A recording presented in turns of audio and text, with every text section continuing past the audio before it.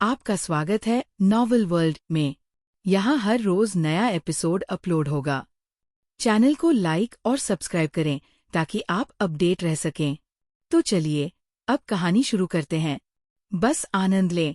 CH71 बेशर्म इंसान और स्पीचलेस मानव। जैसे ही ब्लैक टाइगर ने आधा दरवाजा खोला, अचानक ही किसी ने उसके हाथ पर वार कर दिया, जिसके कारण ब्लैक टाइगर के मुंह से आह निकल गई। जिस इंसान ने ब्लैक टाइगर पर वार किया था, उस इंसान ने आगे बढ़कर वार का दरवाजा बंद कर दिया। ब्लैक टाइगर गुस्से से उस इंसान को देखने के लिए पीछे मुड़ा जिसने उसके ऊपर वार किया है। जैसे ही उसने अपनी नजरें उठाकर उस इंसान को देखा, वह चौंक गया, क्योंकि उसके सामने कोई और नहीं बल्कि अर्जुन था, और उसके साथ कुणाल भी था। अर्जुन गुस्से से ऋषि को देखते तो बोला, तुम्हारी हिम्मत कैसे हुई यहाँ आने की? आए तो आए, लेकिन हमारे गार्ड्स पर हाथ उठाने की तुमने सोचा भी कैसे? अर्जुन के शब्द सुनकर ऋषि की बोलती बंद हो गई। उसे समझ नहीं आ रहा था कि वह क्या बोले। ऋषि ने हकलाते हुए अर्जुन से कहा, मैं मानव से मिलने आया था। ऋषि की बात सुनकर अर्जुन ठहाके लगाकर हंसने लगा। उसने खुद की हंसी को कंट्रोल करते हुए कहा, ओह, तो तुम्हें मानव की चिंता हो रही है। इतना कहकर अर्जुन अपनी गर्दन घुमाकर कुणाल को देखते हुए उससे पूछा, क्या आज तक तुमने ऐसे इंसान को देखा है जो पहले अपने दुश्मन को जान से मारने की कोशिश करता है, फिर उसके बाद उसका हाल पूछने के लिए हॉस्पिटल भी आता है? अर्जुन के सवाल का जवाब कुणाल मुस्कुरा कर देता है, नहीं, आज तक तो नहीं देखा, मगर धन्य हो ऋषि जी का, जिनके कारण मैं ऐसे इंसान से मिल पाया। कुणाल और अर्जुन की बात सुनकर ऋषि को अपनी बेइज्जती महसूस हुई।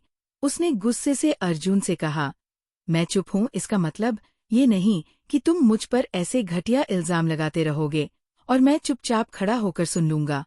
ऋषि की बात पूरी होती उससे पहले ही अर्जुन गुस्से से अपने दांत पीसते हुए गार्ड से बोला, धक्के मार के इन्हें यहाँ से निकालो। अर्जुन का आर्डर मिलते ही सभी गार्ड्स ऋषि की तरफ बढ़ने लगे। ये देख ऋषि ने गुस्से से कहा, इसकी कोई जरूरत नहीं है, हम खुद जा सकते हैं। इतना कहते ही ऋषि ब्लैक टाइगर के साथ वहां से जाने लगा। अभी ऋषि कुछ ही कदम चला था कि कुणाल ने अपना पैर आगे बढ़ाकर उसे गिरा दिया। कुणाल के ऐसा करते ही ऋषि जमीन पर मुंह के बल गिर गया। ये देख कुणाल ने उसे टोंट मारते हुए कहा, आखिरकार तुम्हें पता चल ही गया कि तुम्हारी असली जगह कहाँ है। कुणाल की इस हरकत पर ऋषि को बहुत गुस्सा आ रहा था। वही उसके बगल में खड़ा ब्लैक टाइगर अपने सामने चल रहे सीन को देखकर बहुत एंजॉय कर रहा था। उसने अपने मन में सोचा, ये सभी कितने इंटरेस्टिंग है, आज तो मजा ही आ गया। वही दूसरी तरफ मानव गुस्से से लिटिल अवनी के पास गया और उसके हाथ से पटाखे छीनाकर एक तरफ फेंक दिया। वही लिटिल अवनी जो पटाखे लेकर राज के पास जा रही थी, अचानक से अपने हाथ से पटाखे गायब होते देख उसने गुस्से से पीछे मुड़कर कहा, अबे कौन है जो मरना चाह? मगर जैसे ही उसने अपने पीछे मानव को देखा, उसके आगे के शब्द गले में अटक गए। लिटिल अवनी ने हकलाते हुए मानव से कहा, हाँ, अब भी आप यहाँ? लिटिल अवनी की बात सुनकर मानव ने अपनी आंखें छोटी करते हुए उसे कहा, बेबी, क्यों मुझे यहाँ नहीं होना चाहिए था? मना किया था ना मैंने कि वहां से हिलना नहीं, तो फिर आप यहाँ क्या कर रही हो? और आपने पटाखे छूकर बहुत बड़ी गलती की है, जिसकी सजा तो आपको मिलकर रहेगी। इतना कहकर मानव ने लिटिल अवनी को गोद में उठा लिया और हवेली के अंदर घुस गया। वही इस दौरान नीरज जी की नजर केवल मानव पर ही थी। जैसे ही मानव लिटिल अवनी को लेकर हवेली के अंदर गया, नीरज जी भी उसके पीछे पीछे हवेली के अंदर चले गए। नीरज जी इस बात से अनजान थे कि उनके पीछे पीछे कोई और भी आ रहा है। विक्की और जीव भी नीरज जी के पीछे पीछे हवेली के अंदर चले गए। वही मानव लिटिल अवनी को लेकर अपने रूम में आ गया। उसने अपनी प्यारी लिटिल वाइफ को पहले बेड पर बैठा दिया, फिर खुद भी बैठ गया। मानव ने लिटिल अवनी को घूरते हुए कहा, बेबी।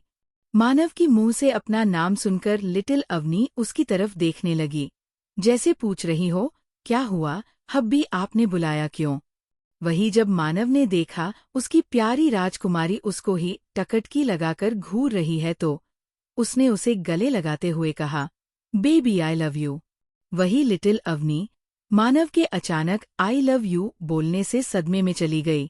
वही मानव ने कसकर लिटिल अवनी को गले लगाते हुए आगे कहा, बेबी कभी मुझे छोड़कर मत जाना, मैं नहीं चाहता कि कभी भी कोई भी तीसरे इंसान हमारे बीच आए। लिटिल अवनी को अच्छे से समझ आ रहा था कि मानव ऋषि की तरफ इशारा कर रहा है। लिटिल अवनी ने पहले गौर से मानव को देखा, अचानक ही उसकी आंखों में चमक आ गई। अवनी ने मानव को धक्का दे दिया और जल्दी से उसके ऊपर चढ़ गई। लिटिल ने मानव के कॉल को पकड़कर कहा, हब्बी लिटिल अवनी को किसी चाहिए। उसकी बात सुनकर मानव हैरान होकर बोला, वाट हूँ। इसके आगे मानव कुछ नहीं बोल पाया क्योंकि लिटिल अवनी उस पर टूट पड़ी। वही रूम के गेट पर नीरज जी, विक्की और जीव खड़े होकर रूम के अंदर झांक रहे थे। जीव को तो विश्वास ही नहीं हो रहा था कि कोई लड़की उसके पत्थर दिल भाई के इज्जत पर हाथ भी डाल सकता है। उसने अपना सर झटक कर विक्की से पूछा, है विक्की, क्या मैं जो देख रहा हूँ सच है? क्या कोई सरेआम मेरे भाई की इज्जत लूट रहा है? जीव की बात सुनकर विक्की जोर जोर से हंसने लगा। उसने जीव के कंधे पर हाथ रखकर उसे से कहा, भाई अब इसकी आदत डाल लो। और तुम्हारे भाई की इज्जत तो उसी दिन लूट गई थी जब पहली बार लिटिल अवनी ने तुम्हारे इस पत्थर दिल भाई की इज्जत पर सरेआम सबके सामने हाथ डाला था। जैसे ही विक्की ने अपनी बात खत्म की तभी उसे कुछ गिरने की आवाज आई। जब उसने अपने बगल में देखा तो उसे कुछ दिखाई नहीं दिया, मगर जब उसकी नजर नीचे पड़ी तो उसने देखा जीव बेहोश होकर नीचे पड़ा है। विक्की ने चिढ़कर जीव को अपने कंधे पर उठाया और वहां से निकल गया। अब वहां केवल नीरज जी बचे थे। वही रूम के अंदर, बेबी अभी नहीं, अभी छोड़ दो प्लीज, मानव ने लिटिल अवनी के आगे खुद को सिलेंडर करते हुए कहा। लेकिन जो इतनी आसानी से मान जाए वो लिटिल अवनी नहीं। लिटिल अवनी ने मानव के गर्दन पर जोर से काटकर कहा, हब्बी एक ही तो किस्सी माफी मांगी है, आप उसमें भी नखरे दिखा रहे हैं। आप बेड हब्बी हो। इतना कहकर लिटिल अवनी ने अपना मुंह फुला लिया। वही रूम के बाहर जब नीरज जी ने ये सब देखा तो वो रूम के अंदर आकर गुस्से से मानव से बोले, डेविल मानव, मेरी लिटिल राजकुमारी बोल रही है ना, उसे और किस चाहिए तो तुम उसे और किस देते क्यों नहीं? नीरज जी की आवाज सुनकर मानव चौंक गया। उसने हड़बड़ी में अपनी शर्ट के बटन बंद की क्योंकि लिटिल अवनी ने उसके शर्ट के 3 बटन खोल दिए थे। बटन बंद करने के बाद मानव ने चिढ़ और गुस्से से नीरज जी से कहा, ससुर जी आपके अंदर शर्मा है भी या नहीं? आप इस तरह से हमारे रूम में कैसे आ सकते हैं? मानव के सवाल का जवाब देते हुए नीरज जी ने उससे कहा, शून्य कैसे आ सकता हूँ का क्या मतलब है? अपने पैरों से आया हूँ। बोल तो ऐसे रहे हो जैसे तुम अपने रूम में कार से आते हो। नीरज जी के ऊपर इस वक्त मानव को बहुत गुस्सा आ रहा था। तभी उसको अपनी लिटिल वाइफ की आवाज सुनाई दी जो उसकी शिकायत कर रही थी। नीरज जी को देखते हुए मायूस होकर लिटिल अवनी ने उनसे कहा, डैडी देखो न, हब्बी लिटिल अवनी को किस नहीं दे रहे। आप बोलो ना हब्बी से को लिटिल अवनी को किसी दे दे। लिटिल अवनी की बात सुनकर मानव स्पीचलेस हो गया। वो कुछ बोलने ही वाला था कि उससे पहले ही नीरज जी बोल पड़े, मेरी प्यारी राजकुमारी, हम एक काम करते हैं, हम पहले इस डेविल के हाथ पैर बांध देते हैं, फिर आप उसे जी भर के किस कर लेना। उनकी बात सुनकर लिटिल अपनी खुश हो गई। वही बेचारा मानव स्पीचलेस होकर अपनी जगह खड़ा था। CH72 कहीं में पागल ना हो जाओ। कुणाल की जिद और विनय का गुस्सा। डैड प्लीज आप यहाँ से जाइए, मुझे और बेबी को सोना है ताकि हम कल सुबह जल्दी हॉस्पिटल के लिए निकल सके, मानव ने नीरज जी को घूरते हुए कहा। वहीं नीरज जी मानव की बात सुनकर चिढ़ गए। उन्होंने एक कदम मानव की तरफ बढ़ाते हुए उससे कहा, तुम बेशर्म डेविल, तुम्हें शर्म नहीं आती ऐसी बातें करते हैं? नीरज जी की तरफ देखते हुए मानव ने कंफ्यूज होकर उनसे कहा, इसमें शर्म वाली कौन सी बात है? खैर वह सब छोड़िए। कुछ देर बाद मानव थोड़ी तेज आवाज में आगे बोला, एक बात मेरी आप कान खोल कर सुन लीजिए। खबरदार अगर मेरी लिटिल बेबी को कुछ भी अनाप शनाप सिखाया तो आपने उसे बिल्कुल अपनी तरह बेशर्म बना दिया है।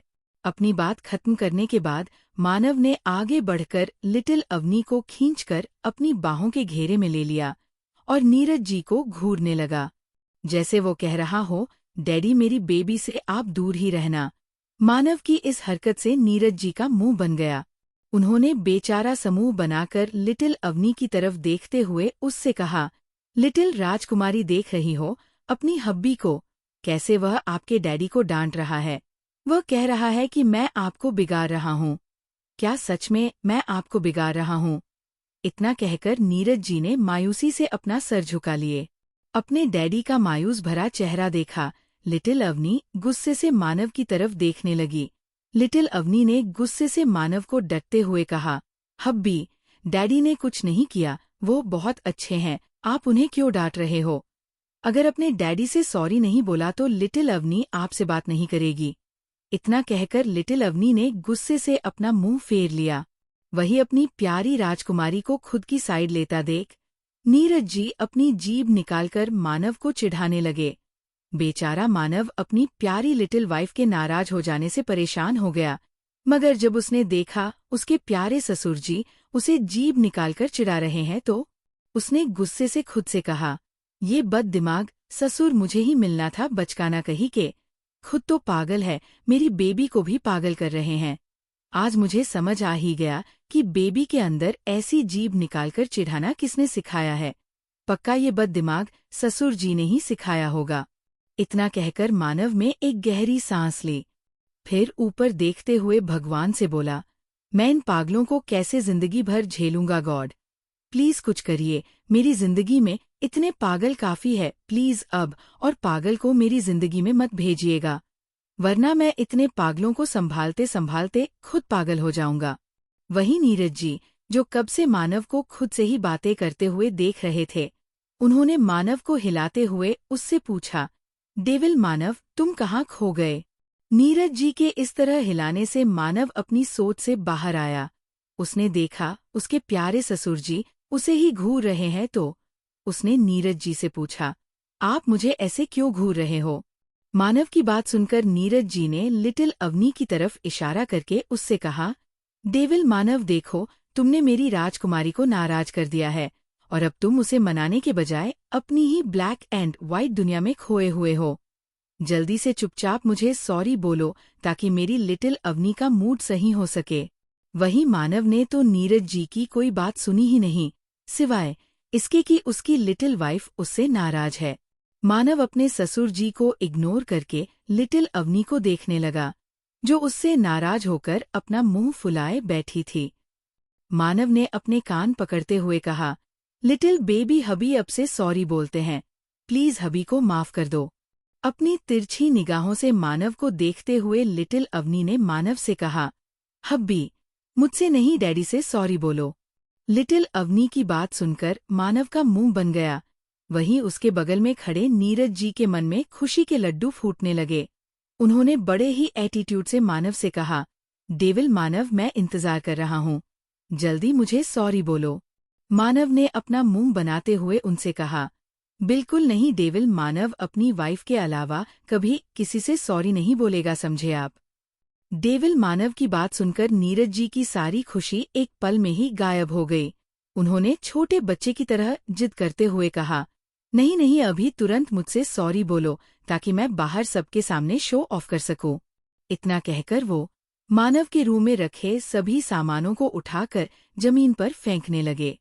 नीरज जी की इस हरकत पर मानव ने अपने मन में कहा, ससुर जी से बेबी को दूर रखना पड़ेगा, वरना मेरी भोली भाली बेबी को पक्का बिगाड़ देंगे।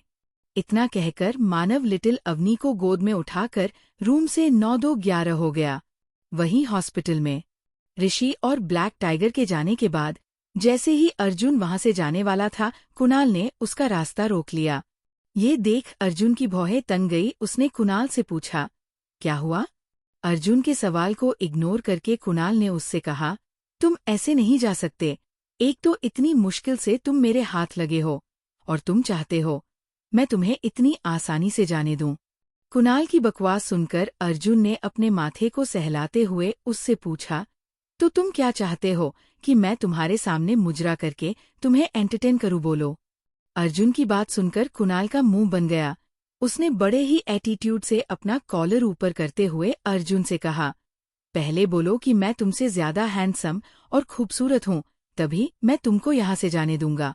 जैसे ही कुणाल की बात खत्म हुई, अर्जुन ने गुस्से से कहा, जस्ट शट अप कुणाल, ये क्या बचपना लेकर बैठे हो तुम। कुणाल ने अपनी आंखें छोटी करते हुए अपना मुंह बनाकर अर्जुन से कहा, जो भी हो पहले तुम मुझसे सॉरी बोलो, और यही नहीं हैंडसम भी बोलो। इतना कहकर उसने अर्जुन को पकड़ लिया। बेचारा अर्जुन खुद को हेल्पलेस महसूस कर रहा था, तभी अचानक उसकी आंखें चमकने लगी।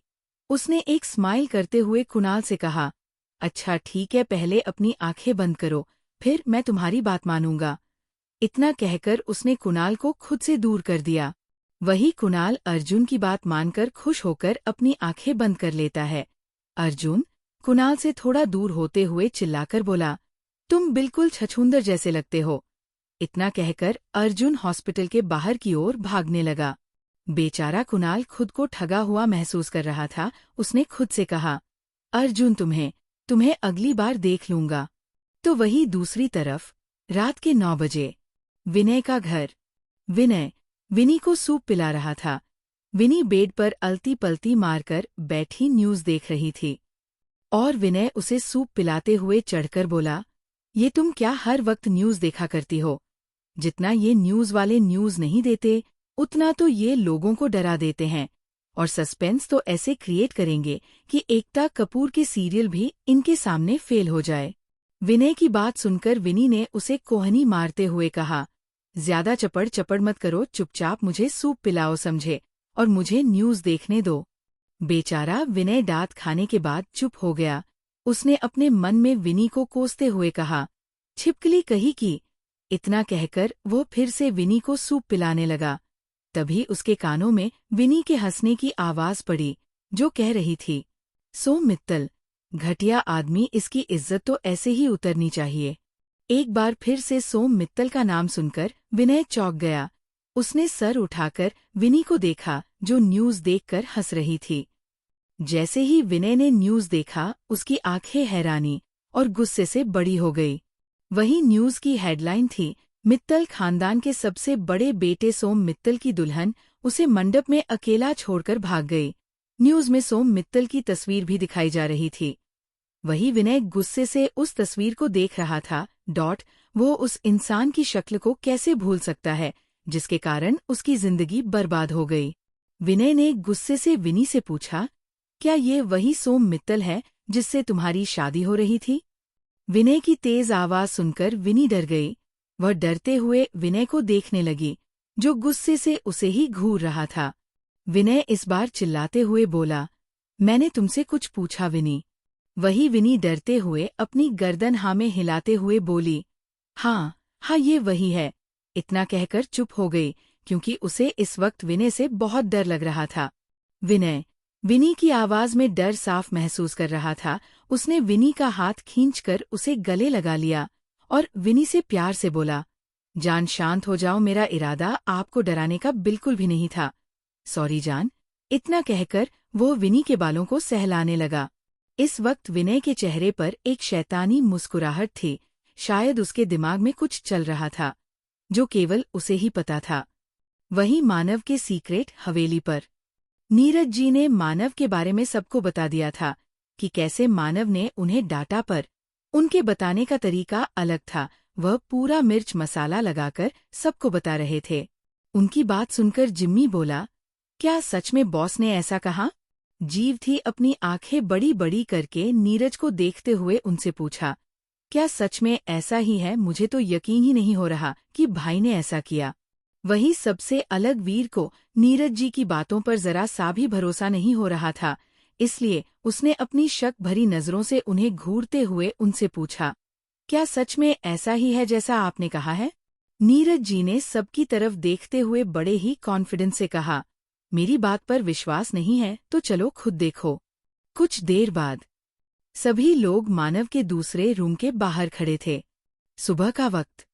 जैसे ही मानव के रूम का दरवाजा खुला, धड़ाम की आवाज के साथ 7 लोग रूम के अंदर फर्श पर गिरे। आह! CH73 मानव की एक्टिंग स्किल देखकर सब हुए हैरान। और आदि का एटीट्यूड। जैसे ही मानव के रूम का डोर ओपन हुआ, एक धड़ाम की आवाज के साथ 6 से 7 लोग रूम के अंदर गिरे।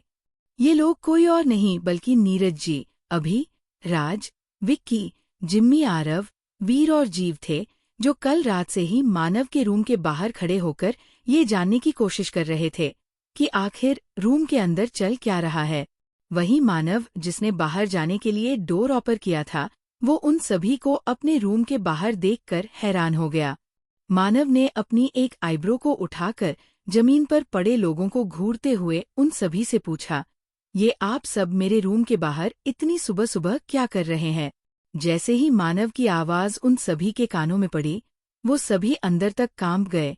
सभी एक दूसरे की शक्ल देखने लगे, जैसे एक दूसरे से पूछ रहे हो कि अब हम इस डेविल से क्या कहेंगे।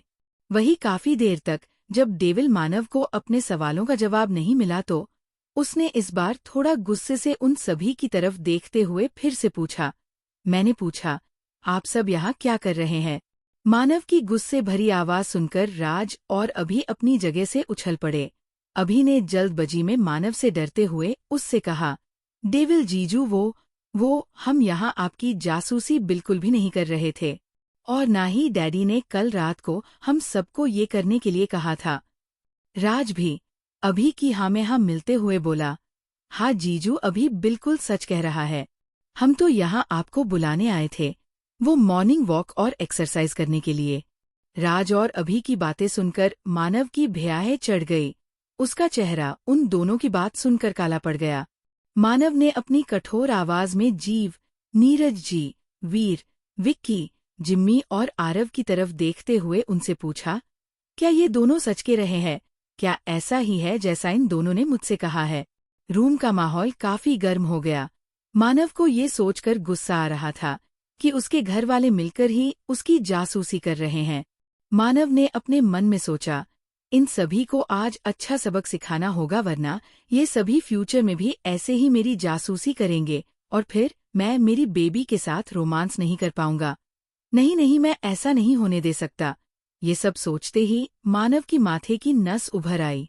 वही जब विक्की को लगा कि उनके सामने खड़ा डेविल आज उन्हें छोड़ेगा नहीं, तो उसने हक लाते हुए मानव से कहा, डेविल मानव, वो अभी और आज बिल्कुल सच कह रहे हैं।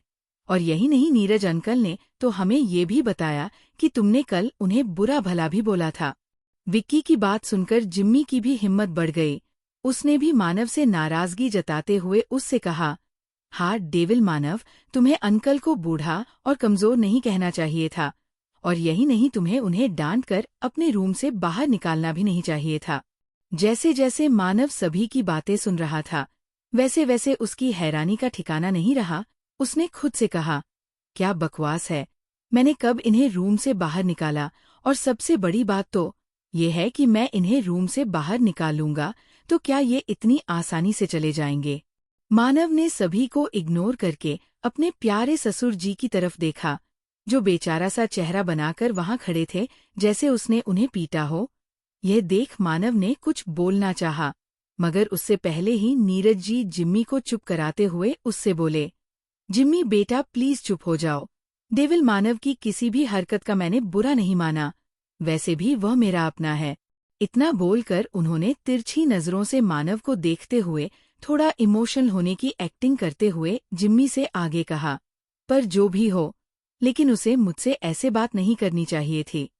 उन्होंने अपने हाथों की तरफ इशारा करके नौटंकी करते हुए आगे कहा, इन्हीं हाथों से मैंने डेविल मानव को गोद में उठाया था जब वो केवल 6 साल का था।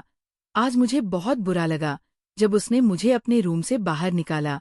नीरज जी ऐसे एक्टिंग कर रहे थे जैसे पता नहीं उनके ऊपर कौन सा दुखों का पहाड़ टूट पड़ा हो। उनकी एक्टिंग स्किल को देखकर मानव हैरान हो गया। उसने अपना सर मसलकर गुस्से से नीरज जी से पूछा, क्या सच में मैंने आपके साथ ऐसा किया है? क्या उटपटांग बातें आपने इन सभी के दिमाग में भर दी है? मानव की बात सुनकर जीव ने नीरज जी का बचाव करते हुए मानव से कहा, भाई आप ऐसा कैसे कर सकते हैं? जो भी हो जल्दी से अंकल से सॉरी बोलो। जहां एक तरफ जीव की बात सुनकर नीरज जी के चेहरे पर एक जंग जीत लेने वाली मुस्कान आ गई, वहीं दूसरी तरफ जीव की बात सुनकर मानव का चेहरा काला पड़ गया। मानव को अब थोड़ा थोड़ा समझ आने लगा था कि उसके प्यारे ससुर जी ये सब जानबूझकर कर रहे हैं ताकि वो उनसे सॉरी बोले। ये सब सोचकर ही मानव के गुस्से भरे चेहरे पर अचानक ही एक मुस्कान आ गई। मानव की मुस्कान देखकर वहां मौजूद सभी लोग एक दूसरे की शक्ल देखने लगे। तभी उन सभी के कानों में एक आवाज पड़ी, ये यहाँ क्या हो रहा है और नीरज जी आप रात भर से कहाँ गायब थे। यह आवाज किसी और की नहीं बल्कि नीता जी की थी, जो अभी अभी नीचे ग्राउंड में जा रही थी। तभी उन्हें मानव के रूम से कुछ आवाजें सुनाई दी और वो वहां आ गई। नीता जी को देखकर मानव ने बेचारा सा मुंह बनाकर उनसे नीरज जी की शिकायत करते हुए कहा, मॉम देखिए ना, डैडी मुझे डांट रहे हैं। वह कह रहे हैं कि वो मेरी बेबी के लिए दूसरा राजा यानी हस्बैंड ढूंढ लेंगे। मोम क्या सच में मैं इतना बेकार हूँ। जैसे ही मानव की बात खत्म हुई, नीता जी को छोड़कर रूम में मौजूद सभी लोग हैरान होकर मानव को देखने लगे। उन्हें यकीन नहीं हो रहा था कि ये डेविल मानव सरेआम उन्हीं के सामने झूठ बोल रहा है। वहीं मानव की बात सुनकर नीता जी गुस्से से नीरज जी को देखते हुए बोली, क्या आपका दिमाग खराब हो गया है जो ऐसी बहकी बहकी बातें कर रहे हैं। अरे लेकर तो आइए मेरी लिटिल राजकुमारी के लिए दूसरा हस्बैंड। अगर मैंने भी उस दूसरे हस्बैंड के साथ साथ आपका भी कचूमर ना बना दिया तो मेरा नाम भी नीता सिंह नहीं। नीता जी की ऐसी बात सुनकर मानव नीरज जी को चढ़ाने लगा। वही बेचारे नीरज जी कहाँ वो मानव से माफी मंगवाना चाहते थे और कहाँ उन्हें उनकी पत्नी से ही डांट खानी पड़ रही है। मानव यही नहीं रुका, उसने नीता जी को और भड़काते फिर से उनसे कहा, मॉम आपको पता है डैडी रात भर मेरे रूम के बाहर खड़े होकर मेरी जासूसी कर रहे थे। इतना कहकर मानव इमोशनल होने की एक्टिंग करके आगे बोला, मॉम क्या आपको लगता है कि मैं बेबी के लायक नहीं हूँ? पर मॉम भले ही मैं बेबी से उम्र में 9 साल बड़ा हूँ, लेकिन मैं बेबी को सच में बहुत प्यार करता हूँ। मानव की बात सुनकर नीता जी ने अपनी आंखें छोटी करके मानव से पूछा, आज तक तुमने कभी भी अपनी उम्र के बारे में बात नहीं की, फिर आज क्यों कर रहे हो? क्या कुछ हुआ है? नीता जी की बात सुनकर मानव अंदर ही अंदर खुश हो रहा था कि फाइनली उसका प्लान काम कर रहा है, मगर उसने अपने चेहरे पर ये बात आने नहीं दी और न ही किसी को पता चलने दी। मेहमान ने उदास होकर नीता जी से बोला, मॉम प्लीज आप डैड और जिम्मी, विक्की, जीव, वीर, राज और अभी को कुछ मत कहिएगा, उनकी कोई गलती नहीं है। इतना कहकर मानव मन ही मन बहुत हंस रहा था। इस वक्त रूम का माहौल कुछ खास अच्छा नहीं था और वही वीर, जिम्मी, विक्की, नीरज जी, राज, आरव और अभी मानव का इल्जाम सुनकर सदमे में चले गए। नीता जी ने मानव से कहा, मानव तुम रूम से बाहर जाओ, मैं अभी आती हूँ। नीता जी की बात मानकर मानव बड़े ही स्टाइल से अपने बालों में हाथ फेरते हुए सभी को चिढ़ाकर रूम से बाहर चला गया, मगर जाने से पहले उसने सभी को एक ऐसा लुक दिया जैसे कह रहा हो, बड़े आए थे मुझसे पंगा लेने हूँ। मानव के रूम से जाने के बाद सभी लोग डरते हुए नीता जी को देखने लगे, जो पहले से ही उन सभी की तरफ गुस्से से देख रही थी। वीर ने हकलाते हुए नीता जी से कहा, ओल्ड मैडम वह हमने इसके आगे वो भी कुछ भी बोल पाता। तभी सभी के कानों में एक आवाज बढ़ी, बंग। इस आवाज के साथ पूरे रूम में शांति पड़ गई। वहीं दूसरी तरफ मिस्टर सिंघानिया हॉस्पिटल के बाहर खड़े थे। वो बड़े ध्यान से हॉस्पिटल को देख रहे थे। उन्होंने एक गहरी सांस लेकर खुद से कहा, नहीं मानव को कुछ नहीं होना चाहिए, वो बहुत ही स्ट्रांग है, वह पक्का ठीक होगा। मिस्टर सिंघानिया खुद को दिलासा देते हुए बोले। मिस्टर सिंघानिया इस वक्त असमंजस में फंसे थे कि वह मानव से मिलने अंदर जाए या ना जाए। उनके हाथ इस वक्त कांप रहे थे। क्या मानव मुझे देखकर खुश होगा या फिर वो गुस्सा हो जाएगा, कहीं मुझसे और नफरत ना करने लग जाए? ये सोचते ही मिस्टर सिंघानिया 2 कदम पीछे हो गए। मिस्टर सिंघानिया उदास होकर बोले, शायद ये सही वक्त नहीं है मानव से मिलने के लिए, पर कोई बात नहीं, मैं हमेशा अपने सबसे प्यारे राजकुमार का इंतजार करूंगा। इतना कहकर वह अपनी कार के अंदर बैठ गए और उन्होंने ड्राइवर को वहां से चलने का इशारा किया। सिंह कॉर्पोरेशन। अपने केबिन में बैठकर अर्जुन, ब्लैक टाइगर और ऋषि के बारे में सोच रहा था। तभी उसके पर्सनल असिस्टेंट ने आकर उसे बताया कि उससे मिलने के लिए कोई छोटा बच्चा आया हुआ। वही अपने पर्सनल असिस्टेंट की बात सुनकर अर्जुन ने कंफ्यूज होते हुए उससे उस बच्चे को कैबिन के अंदर लाने को कहा। थोड़ी देर बाद जब वो बच्चा अर्जुन के केबिन के अंदर आया तो अर्जुन आदि को अपने सामने देखकर हैरान हो गया। अर्जुन ने आदि को अपनी गोद में उठाते हुए उससे पूछा, हे छोटू चूजे, तुम यहाँ क्या कर रहे हो और तुम यहाँ कैसे आए? अर्जुन का सवाल सुनकर आदि ने मुस्कुराते हुए अर्जुन से कहा, वो क्रोकोडाइल अंकल, मैं यहाँ अपने पैरों से चलकर आया हूँ। आदि का जवाब सुनकर अर्जुन चिढ़ गया। उसने अपना मुंह बना लिया। वही आदि की बात सुनकर अर्जुन के पर्सनल असिस्टेंट की हंसी से छूट गई। अर्जुन ने जैन को घूरते हुए उससे कहा, गेट आउट। अर्जुन के ऐसे बोलते ही जैन तुरंत कैबिन से भाग गया। जैन के जाते ही अर्जुन ने आदि को सोफे पर बैठ आते हुए उससे कहा, तुम यहाँ क्यों आए हो?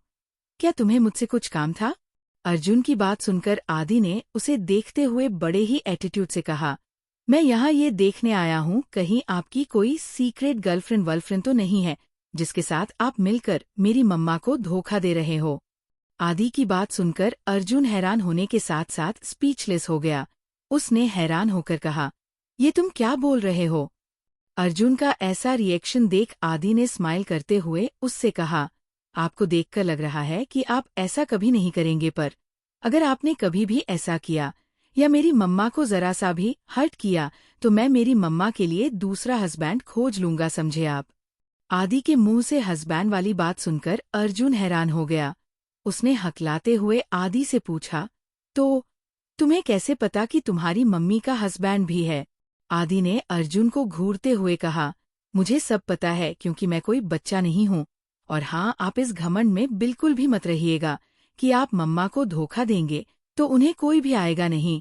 मेरी मम्मी इतनी ब्यूटीफुल है कि लड़के उनके पीछे पीछे सिर्फ उनकी एक झलक देखने के लिए भागते हैं। फिर आदि ने अर्जुन को गौर से देखते हुए आगे कहा, वैसे आप इतने हैंडसम भी नहीं हो कि कोई भी लड़की आपको देखे। मुझे लगता है मेरी मम्मा की पोजीशन सेफ है। आदि की बात सुनकर अर्जुन सदमे में गया। उसके मन में एक ही बात चल रही थी, आप हैंडसम नहीं हो। क्या सच में वो हैंडसम नहीं है? अर्जुन को कुणाल की याद आ रही थी। उसे इस वक्त आदि में कुणाल नजर आ रहा था। कंटिन्यू। आखिर नीता जी उन सभी के साथ क्या करने वाली है? मानव सभी को कैसे सबक सिखाएगा? आखिर क्या रिश्ता है मिस्टर सिंघानिया का मानव के साथ? जानने के लिए बने रहें। CA 74 पनिशमेंट ड्रामा, डर और गुस्सा। अर्जुन का केबिन। आदि की बात सुनकर बेचारा अर्जुन स्पीचलेस हो गया। आदि की बात सुनकर उसे अंदर ही अंदर रोने का मन कर रहा था। अर्जुन ने अपना गला साफ करते हुए आदि को देखकर उससे कहा, छोटे खरगोश, तुम किसी डेविल से कम नहीं हो जो मेरी जिंदगी में शनि बनकर आया है। अरे तुम्हें तो अपनी मम्मी को जाकर मनाना चाहिए कि वो मेरे साथ रहे ताकि तुम्हें मम्मी और डैडी दोनों मिल सके, पर नहीं, तुम्हें तो यहाँ आकर मुझे धमकी देना है। जैसे ही अर्जुन की बात खत्म हुई, अचानक उसे अपने सर में बहुत तेज दर्द महसूस हुआ। अर्जुन ने दर्द से तड़पते हुए आदि को खुद से दूर करने की कोशिश की, क्योंकि अर्जुन की बात सुनकर आदि ने गुस्से में आकर उसके बाल पकड़ लिए थे। अर्जुन खुद के बालों को छुड़ाते हुए आदि से बोला, है, छोड़ो मेरे बाल, ये क्या कर रहे हो तुम? अर्जुन की किसी भी बातों का असर आदि पर नहीं हो रहा था। आदि ने अपनी पकड़ा अर्जुन के बालों पर और कसते हुए उससे कहा, आपने क्या कहा? मुझे मम्मा को समझाना चाहिए। मेरी मम्मा वर्ल्ड की बेस्ट मम्मा है। अगर उनके बारे में आपने कुछ भी गलत कहा तो मैं आपको छोड़ूंगा नहीं। आदि की बात सुनकर अर्जुन को पता चल गया कि उसका ये बेटा अपनी मम्मा का भक्त है। उसके सामने आपकी मम्मा की बुराई करने का मतलब है दीवार पर अपना सर मारना। अर्जुन ने माफी मांगते हुए आदि से कहा, अच्छा ठीक है, मैं तुम्हारी मम्मा के बारे में कुछ भी नहीं कहूँगा। तुम्हारी मम्मा सबसे अच्छी है, और अगर इस दुनिया में सबसे बुरा इंसान कोई है तो वह मैं हूँ, जो सबसे बदसूरत और बेकार है। प्लीज अब तो मुझे छोड़ दो। वही जैसे ही आदि के कानों में अर्जुन की आवाज पड़ी वह रुक गया।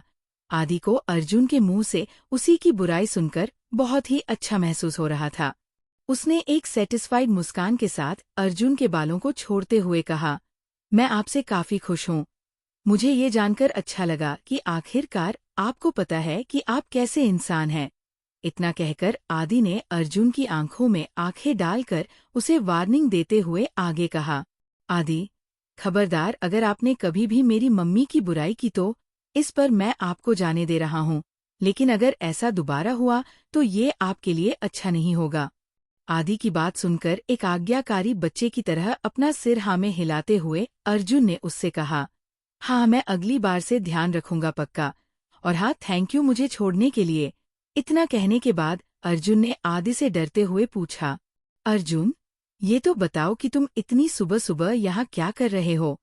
क्या तुम्हें कुछ काम था? अगर नहीं है तो मैं तुम्हें घर छोड़ देता हूँ। अर्जुन की बात सुनकर आदि उसे घूरने लगा।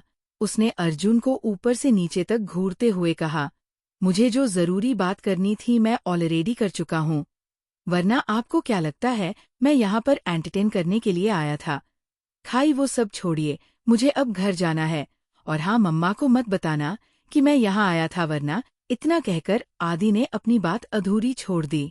वही बेचारा अर्जुन आदि की धमकी सुनकर डर गया। उसने डरते हुए आदि से कहा, मैं किसी से कुछ भी नहीं कहूंगा, अब चलो, नहीं तो तुम्हारी मम्मी तुमसे काफी सवाल करेगी।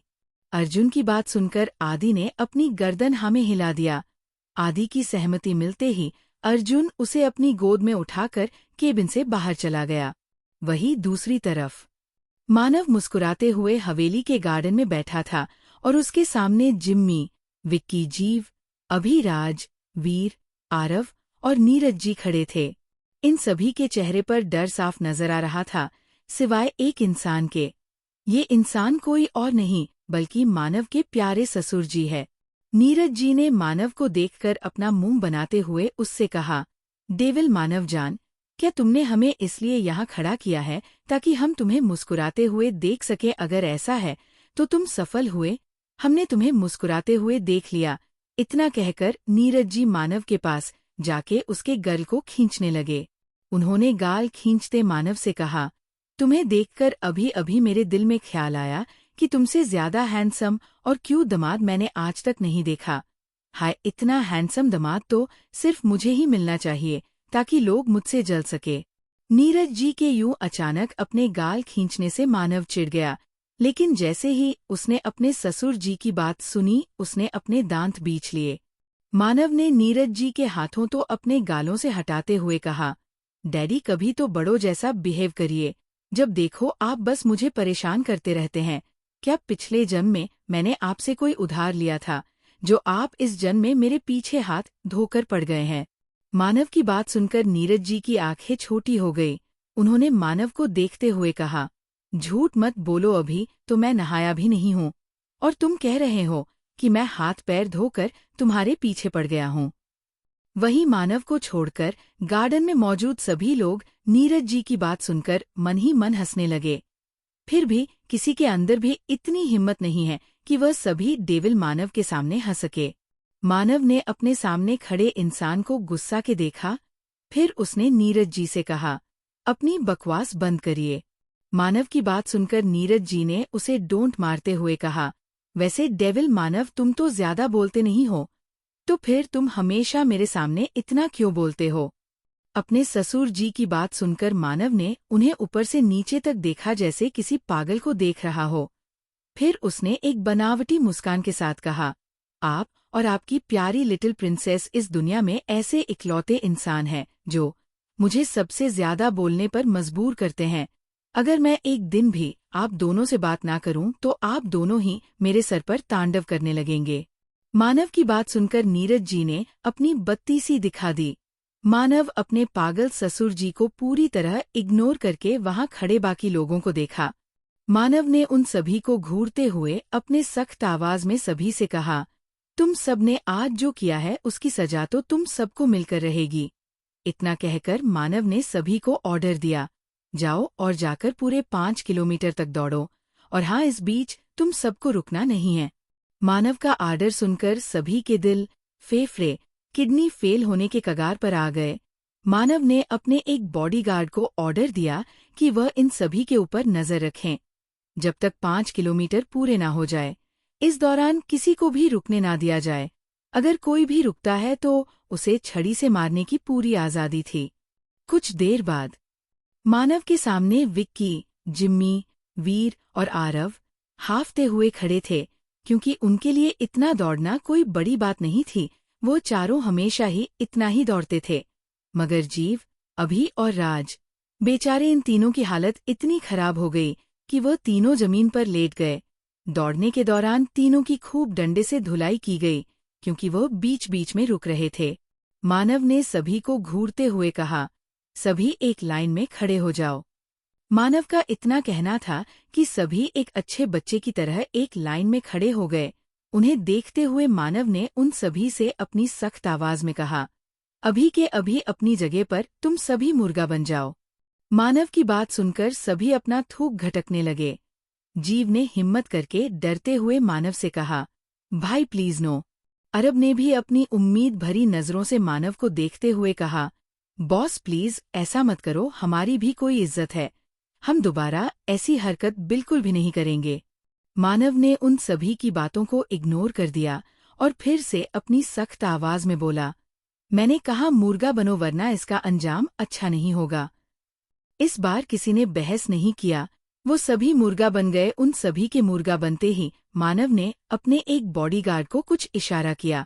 अपने बॉस का इशारा मिलते ही वह बॉडीगार्ड एक मोटा सा डंडा लेकर विक्की, राज, अभी, वीर, जिम्मी, आरव और जीव के बम पर धड़ाधड़ मारने लगा। वह सभी बेचारे कुछ कर भी नहीं सकते थे, क्योंकि उन्हें पता था अगर उन्होंने कुछ किया तो मानव उन्हें और सजा देगा। कुछ देर बाद जब मानव अच्छे से सेटिस्फाइड हो गया तो उसने उस बॉडीगार्ड को रोकते हुए कहा, बस करो, अब तुम जा सकते हो।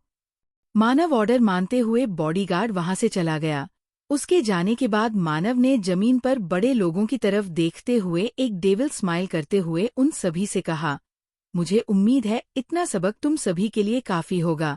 और हाँ, खबरदार, अगर किसी को इस बारे में बताया भी तो। इतना कहने के बाद मानव नीरज जी को देखने लगा, जो मजे से वही बेंच पर बैठे उसे ही देख रहे थे।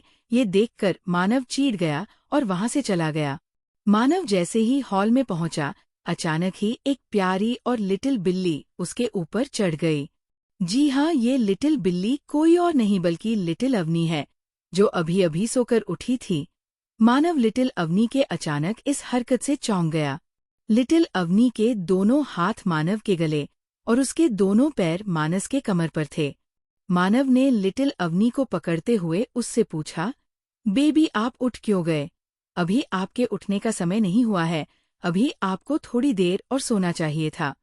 मानव की बात सुनकर लिटिल अवनी ने अपना सर उसके कंधे पर रखते हुए अपनी अलसाई हुए आवाज में कहा, हब्बी, लिटिल अवनी को और सोना है, प्लीज आप लिटिल अवनी को दो ना। मानव ने अपनी लिटिल वाइफ को देखकर अपना सर नमे हिला दिया। फिर मानव ने उसके सर पर हाथ फेरते हुए कहा, माय लिटिल बेबी, अभी हमें हॉस्पिटल जाना है। मानव की बात सुनकर लिटिल अवनी ने अपना सर झट से उठाकर मानव को देखते हुए अपना मुंह बनाकर कहा, हब्बी, अब लिटिल अवनी को हॉस्पिटल नहीं जाना, प्लीज हब्बी। मानव ने अपनी प्यारी वाइफ की नाक खींचते हुए कहा, माय लिटिल बेबी, हम हमारे घर चलते हैं।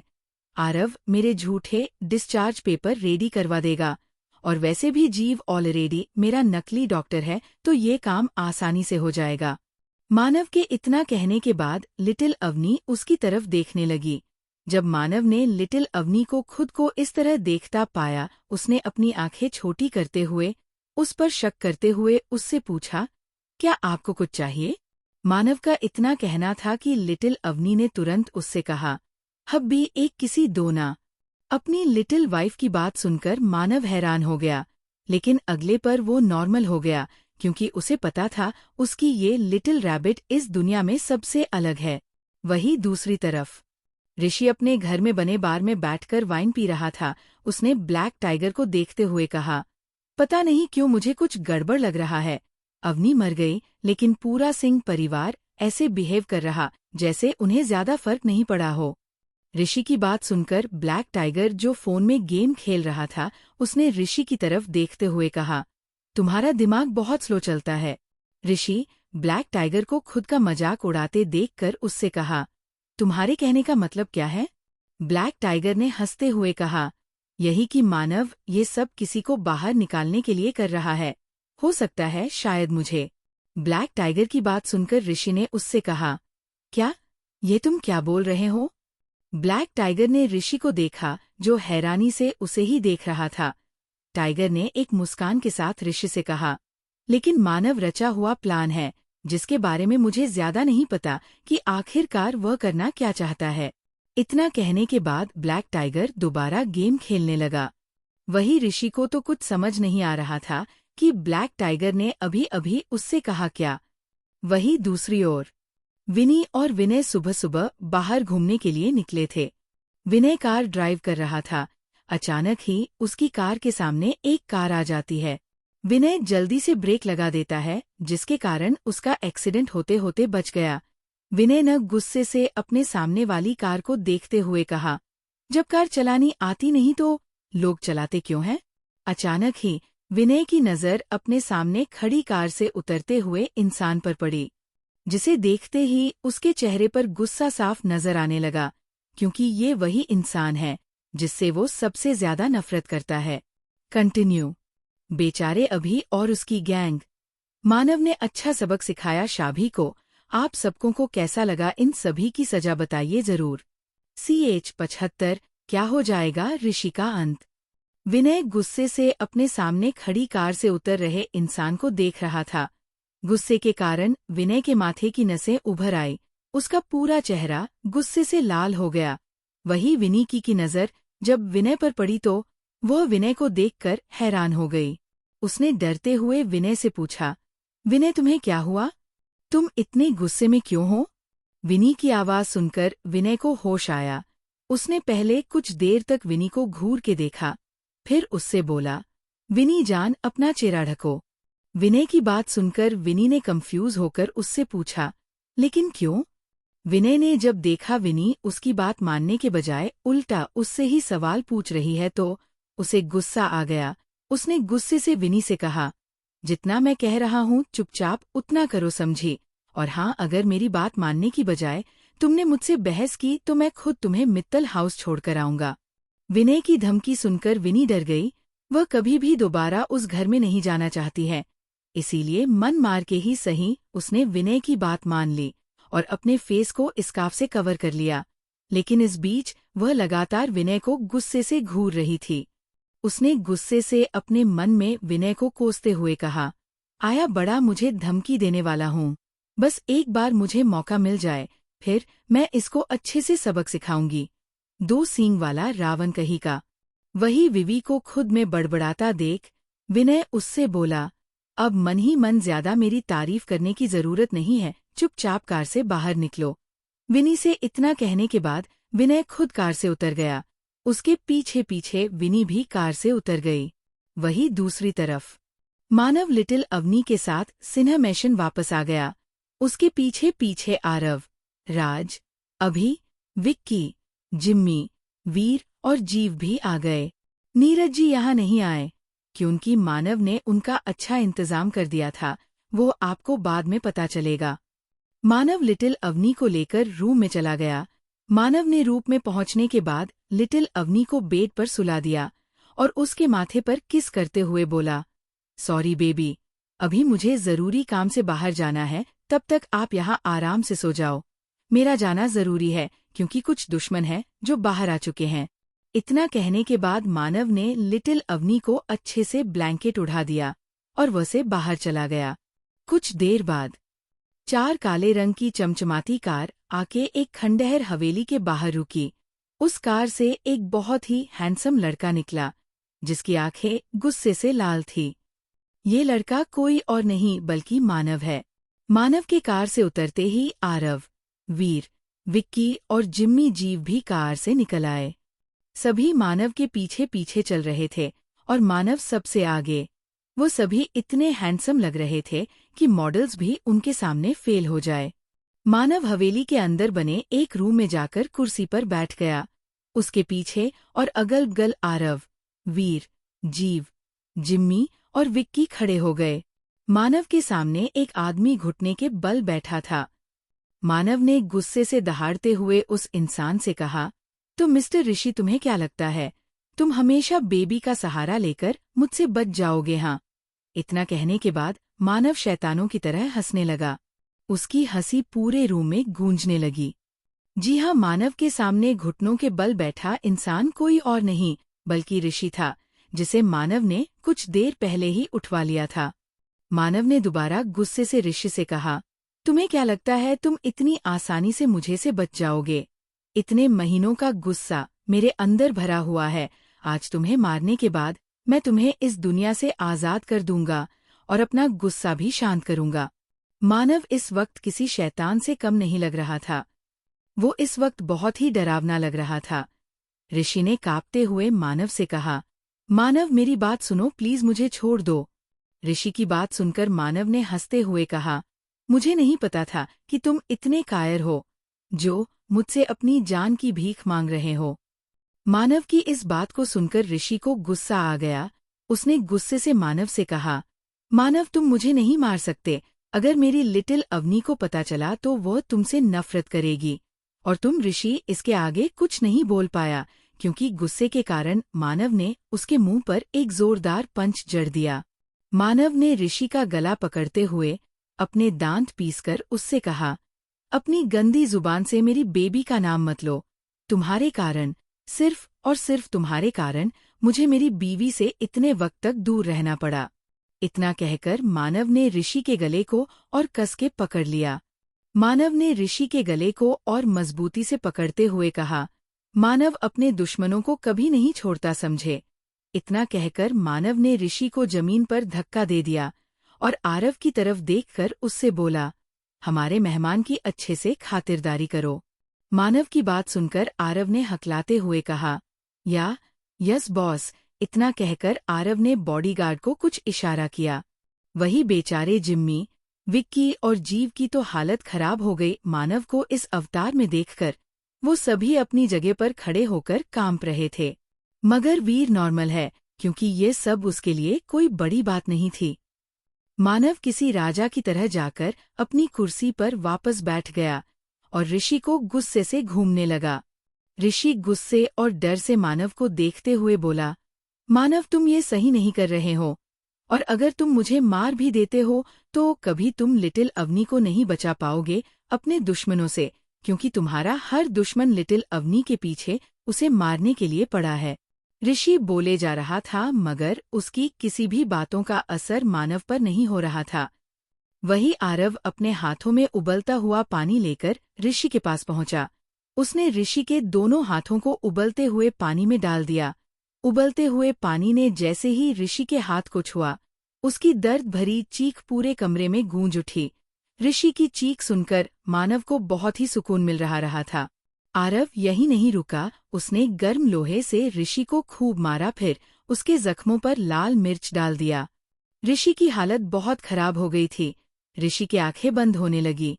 फिर भी किसी तरह उसने अपने कांपते होठों से मानव को देखते हुए कहा, मानव, मुझे छोड़ दो। अगर तुम मुझे छोड़ दोगे तो मैं तुम्हें बता सकता हूँ कि लिटिल अवनी को मारने की कोशिश किसने की थी। वही मानव जो किसी राजा की तरह बैठकर मजे से ऋषि को टॉर्चर होते हुए देखा था। जैसे ही उसने ऋषि की बात सुनी, उसकी भौहें तन गई, उसके चेहरे के एक्सप्रेशन बदल गए। जब ऋषि ने मानव के बदलते हुए एक्सप्रेशन को देखा तो उसे लगा कि उसका तीर सही निशाने पर लगा है। उसने अपनी मुस्कान छुपाकर मानव से कहा, अगर तुम मुझे छोड़ दो तो मैं तुम्हें बता दूंगा वो इंसान कौन है। मानस, मुझे यह बात अच्छे से पता है कि तुम्हें ब्लैक टाइगर पर शक है कि उसने अवनी को मारने की कोशिश की है, पर मैं तुम्हें बता दूं वो इन सब में अकेला नहीं है। मानव उसकी बात सुनकर अपनी जगह से खड़ा हो गया। मानव को अपनी जगह से खड़ा होता देख जीव ने वीर से पूछा, भाई अचानक खड़े क्यों हो गए और अब क्या करने वाले हैं वो? जीव के बगल में खड़े विक्की और जिम्मी ने भी वीर से पूछा, हाँ वीर भाई बोलो ना मानव बॉस, अब क्या करने वाले हैं? बेचारे उस ऋषि की हालत देखकर तो मुझे उस पर दया आ रही है। फिर दोनों मानव को देखकर बोले, कोई इंसान इतना कठोर कैसे हो सकता है। जैसे ही विक्की और जिम्मी चुप हुए, वीर ने उन तीनों को घूरते हुए कहा, ज्यादा मुंह चलाने की जरूरत नहीं है। कहा था मैंने मत आओ हमारे साथ, लेकिन नहीं, तुम तीनों को तो हमारे पीछे पीछे हर जगह जाना है। वीर की बात सुनकर जीव ने खिसियानी हंसी हंसते हुए कहा, ही ही, वो हम ये सोच रहे थे कि आप और आरव भाई के साथ क्या करने जा रहे हो। कहीं आप तीनों मजे तो नहीं करने जा रहे, बस इसलिए हम भी आपके साथ आ गए।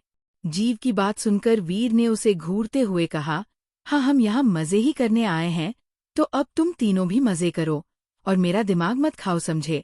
इतना कहने के बाद वीर उन तीनों से दूर जाकर खड़ा हो गया। मानव अपनी जगह से खड़े होकर लंबे लंबे कदमों से चलकर ऋषि के पास जाने लगा। ऋषि के पास पहुंचकर मानव अपने जूते से उसके हाथ को मसलने लगा। मानव के ऐसा करने से ऋषि चिल्लाने लगा, पर ये सब करके मानव को बहुत ही मजा आ रहा था। मानव ने उसके हाथों को मसलते हुए एक एक शब्द चबाकर कहा, क्या तुम्हें लगता है मुझे पता नहीं होगा कि इन सब के पीछे तुम भी शामिल हो। इतना कहकर मानव ने अपनी गन निकालकर ऋषि के पैरों में सूट कर दिया। फिर मानव आगे बोला, मानव राजवंश के लिए कुछ भी नामुमकिन नहीं है। तुम्हें क्या लगता है मैं कुछ भी पता नहीं कर सकता। वही मानव की बात सुनकर ऋषि की आंखें बड़ी हो गई। उसने डरते हुए मानव से पूछा, तुमने क्या कहा राजवंश। ऋषि को हैरान देख मानव एक डेविल स्माइल करते हुए उससे बोला, हाँ राजवंश, पर मुझे बहुत बुरा लग रहा है तुम्हारे लिए। तुम्हें मेरी सच्चाई पता तो चली, लेकिन मरते वक्त। ऋषि ने डरते हुए मानव से कहा, नहीं, तुम मानव राजवंश कैसे हो सकते हो। मानव राजवंश एक राक्षस है। वह दुनिया के पावरफुल लोगों में से एक है, जिसे से हर कोई डरता है, जिसे आज तक कभी किसी ने नहीं देखा। और तुम तो मानव सिंह हो। नीरज अंकल तुम्हें और तुम्हारी माँ को कहीं से लेकर आए थे। ऋषि की बात सुनकर मानव के चेहरे की मुस्कान और बड़ी हो गई। उसने ऋषि की किसी भी बातों का कोई भी जवाब नहीं दिया। वहीं मानव ने पीछे मुड़कर आरव और वीर को देखते हुए ऋषि की तरफ इशारा करके बोला, इसके छोटे छोटे टुकड़े करके तेजाब में फेंक दो और हाँ, इसकी लाश भी किसी को मिलनी नहीं चाहिए। इतना कहने के बाद मानव वहां से चला गया। वहीं सिन्हा मैशन में नीरज जी अपना मुंह बनाकर पूरे घर की सफाई करने के साथ साथ मानव की सीक्रेट हवेली की भी सफाई कर चुके थे। वो इस वक्त सभी के कपड़े धो रहे। उन्होंने मानव को कोसते हुए कहा, डेविल मानव, तुमने ये अच्छा नहीं किया। भला अपने ससुर से पूरे घर का काम कौन करवाता है, वो भी इस उम्र में। हे भगवान, इस राक्षस से बचा लो। वो अभी ये सब बोल ही रहे थे कि राज उनके के पास कुछ कपड़े लेकर आया।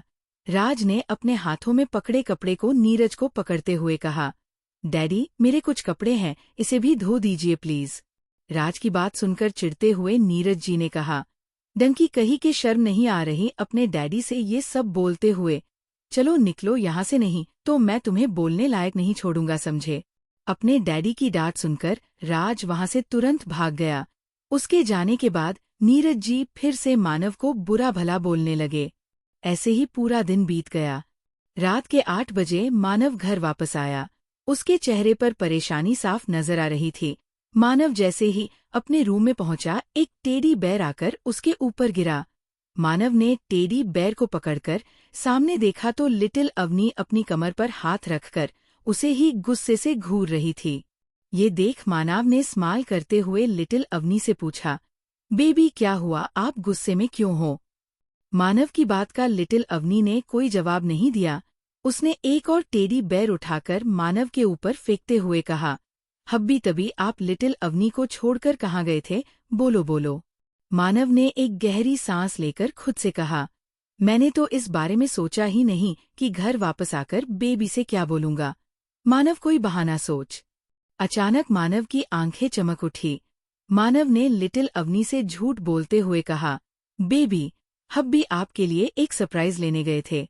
सरप्राइज का नाम सुनकर लिटिल अवनी एक्साइटेड होकर बोली, सच्ची हब्बी। मानव ने अपनी गर्दन मिलाते हुए कहा, हाँ, लेकिन वो सरप्राइज अभी आपको नहीं मिलेगा।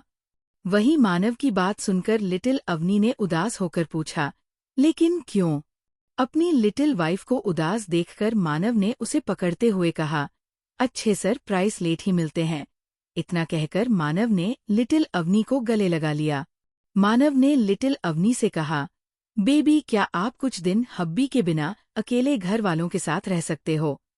मानव की बात सुनकर लिटिल अवनी हैरान हो गई। उसने मानव से पूछा, हब्बी, आप कहीं जा रहे हो? अगर आप जा रहे हो तो लिटिल अवनी को भी अपने साथ लेकर चलो, वरना लिटिल अवनी आपसे नाराज हो जाएगी और खाना भी नहीं खाएगी।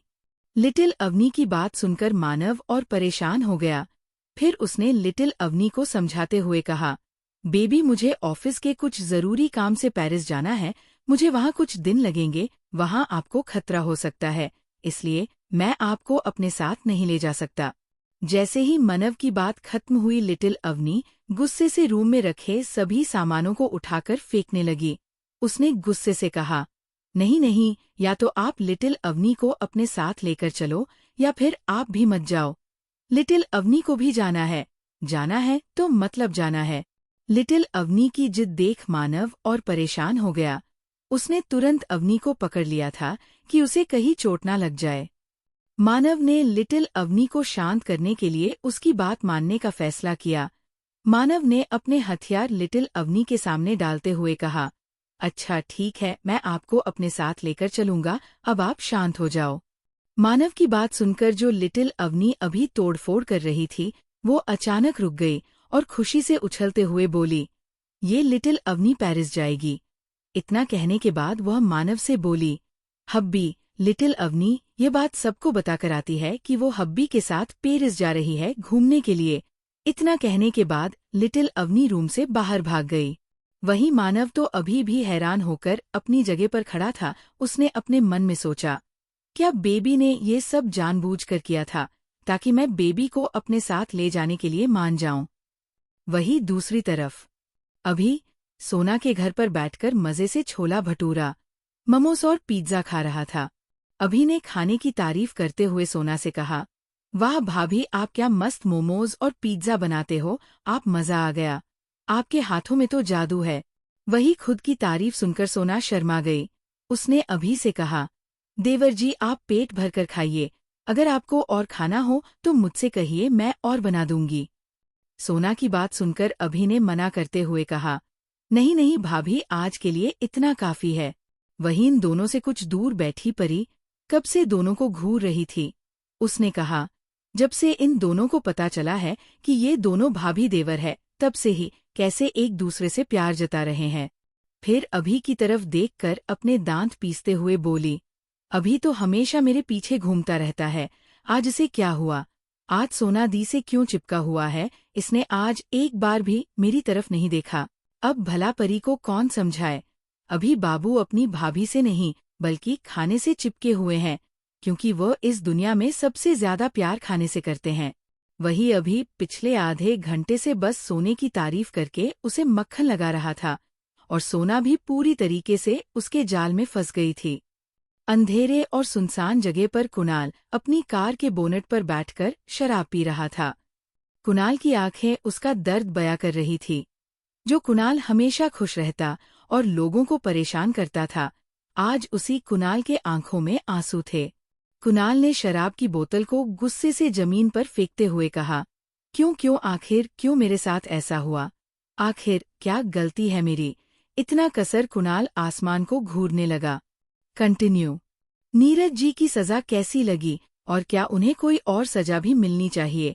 क्या सच में ऋषि की मौत इतनी आसानी से हो जाएगी या कुछ और होने वाला है? क्या मानव लिटिल अवनी के साथ परिश जाएगा या उसने लिटिल अवनी से झूठ बोला था? क्या रंग लाएगी ये भाभी और देवर की जोड़ी? क्या होगा लिटिल अवनी और मानव के साथ इस पेरिस की ट्रिप में? CA 76 मानव को पाना, नीरज जी की जिद, विनय का परेशान करना। कुणाल ने आसमान को देखते हुए कहा, डेड, क्यों आपने मेरे साथ ऐसा किया? क्यों आपने मुझे छोड़कर उन सबको अपनाया? वो सभी आपके लिए इम्पोर्टेंट है, मगर मैं क्यों आपके लिए इम्पोर्टेंट नहीं हूँ? क्यों डैड, क्यों? इतना कहकर कुणाल जोर से चीखने लगा। कुणाल घुटने के बल जमीन पर बैठ गया और अपने दोनों हाथों से अपने बालों को पकड़ते हुए बोला, ये सब उस औरत की वजह से हुआ है। उस औरत और उसकी बेटी की जिम्मेदारी आपने बखूबी निभाई है डैड, पर इस चक्कर में आप एक पिता होने की जिम्मेदारियां पूरी नहीं कर पाए। इतना कहकर कुणाल चुप हो गया। कुछ देर शांत रहने के बाद अचानक कुणाल मुस्कुराने लगा। मुस्कुराते हुए कुणाल ने कहा, जैसे मैं जिंदगी भर प्यार के लिए तरसता हूँ, बिल्कुल उसी तरह मैं उस औरत और उसकी बेटी को तरस जाऊंगा। उसकी बेटी को मैं इतना दर्द दूंगा कि उसकी रूह तक कांप जाएगी। ऐसे ही कुछ देर खुद से बातें करने के बाद कुणाल अपनी कार लेकर वहां से चला गया। विनय का घर। विनय रूम के सोफे पर बैठकर लैपटॉप में अपने ऑफिस का काम कर रहा था। तभी उसे एहसास हुआ कि कोई उसे घूर रहा है। जब विनय ने अपना सर उठाकर देखा तो विनी बेड पर बैठे उसे ही घूर रही थी। ये देख विनय ने अपना लैपटॉप उठाकर साइड में रख दिया और सोफे से खड़ा होकर विनी के पास जाने लगा। वही विनी ने जब देखा कि विनय उसके पास आ रहा है तो वह घबरा गई। उसने घबराते हुए विनय से पूछा, तुम मेरे पास क्यों आ रहे हो? क्या तुम्हारे ऑफिस का काम खत्म हो गया है? वही विनी को घबराते देख विनय के चेहरे पर एक मुस्कान आ गई। उसने विनी को देखते हुए कहा, जान, जब तुम मुझे इतने प्यार से देखोगे तो भला मैं काम कैसे कर पाऊंगा, बोलो। विनी बेड के कोने में खिसकते हुए विनय से बोली, विनय तुम मेरे पास क्यों आ रहे हो?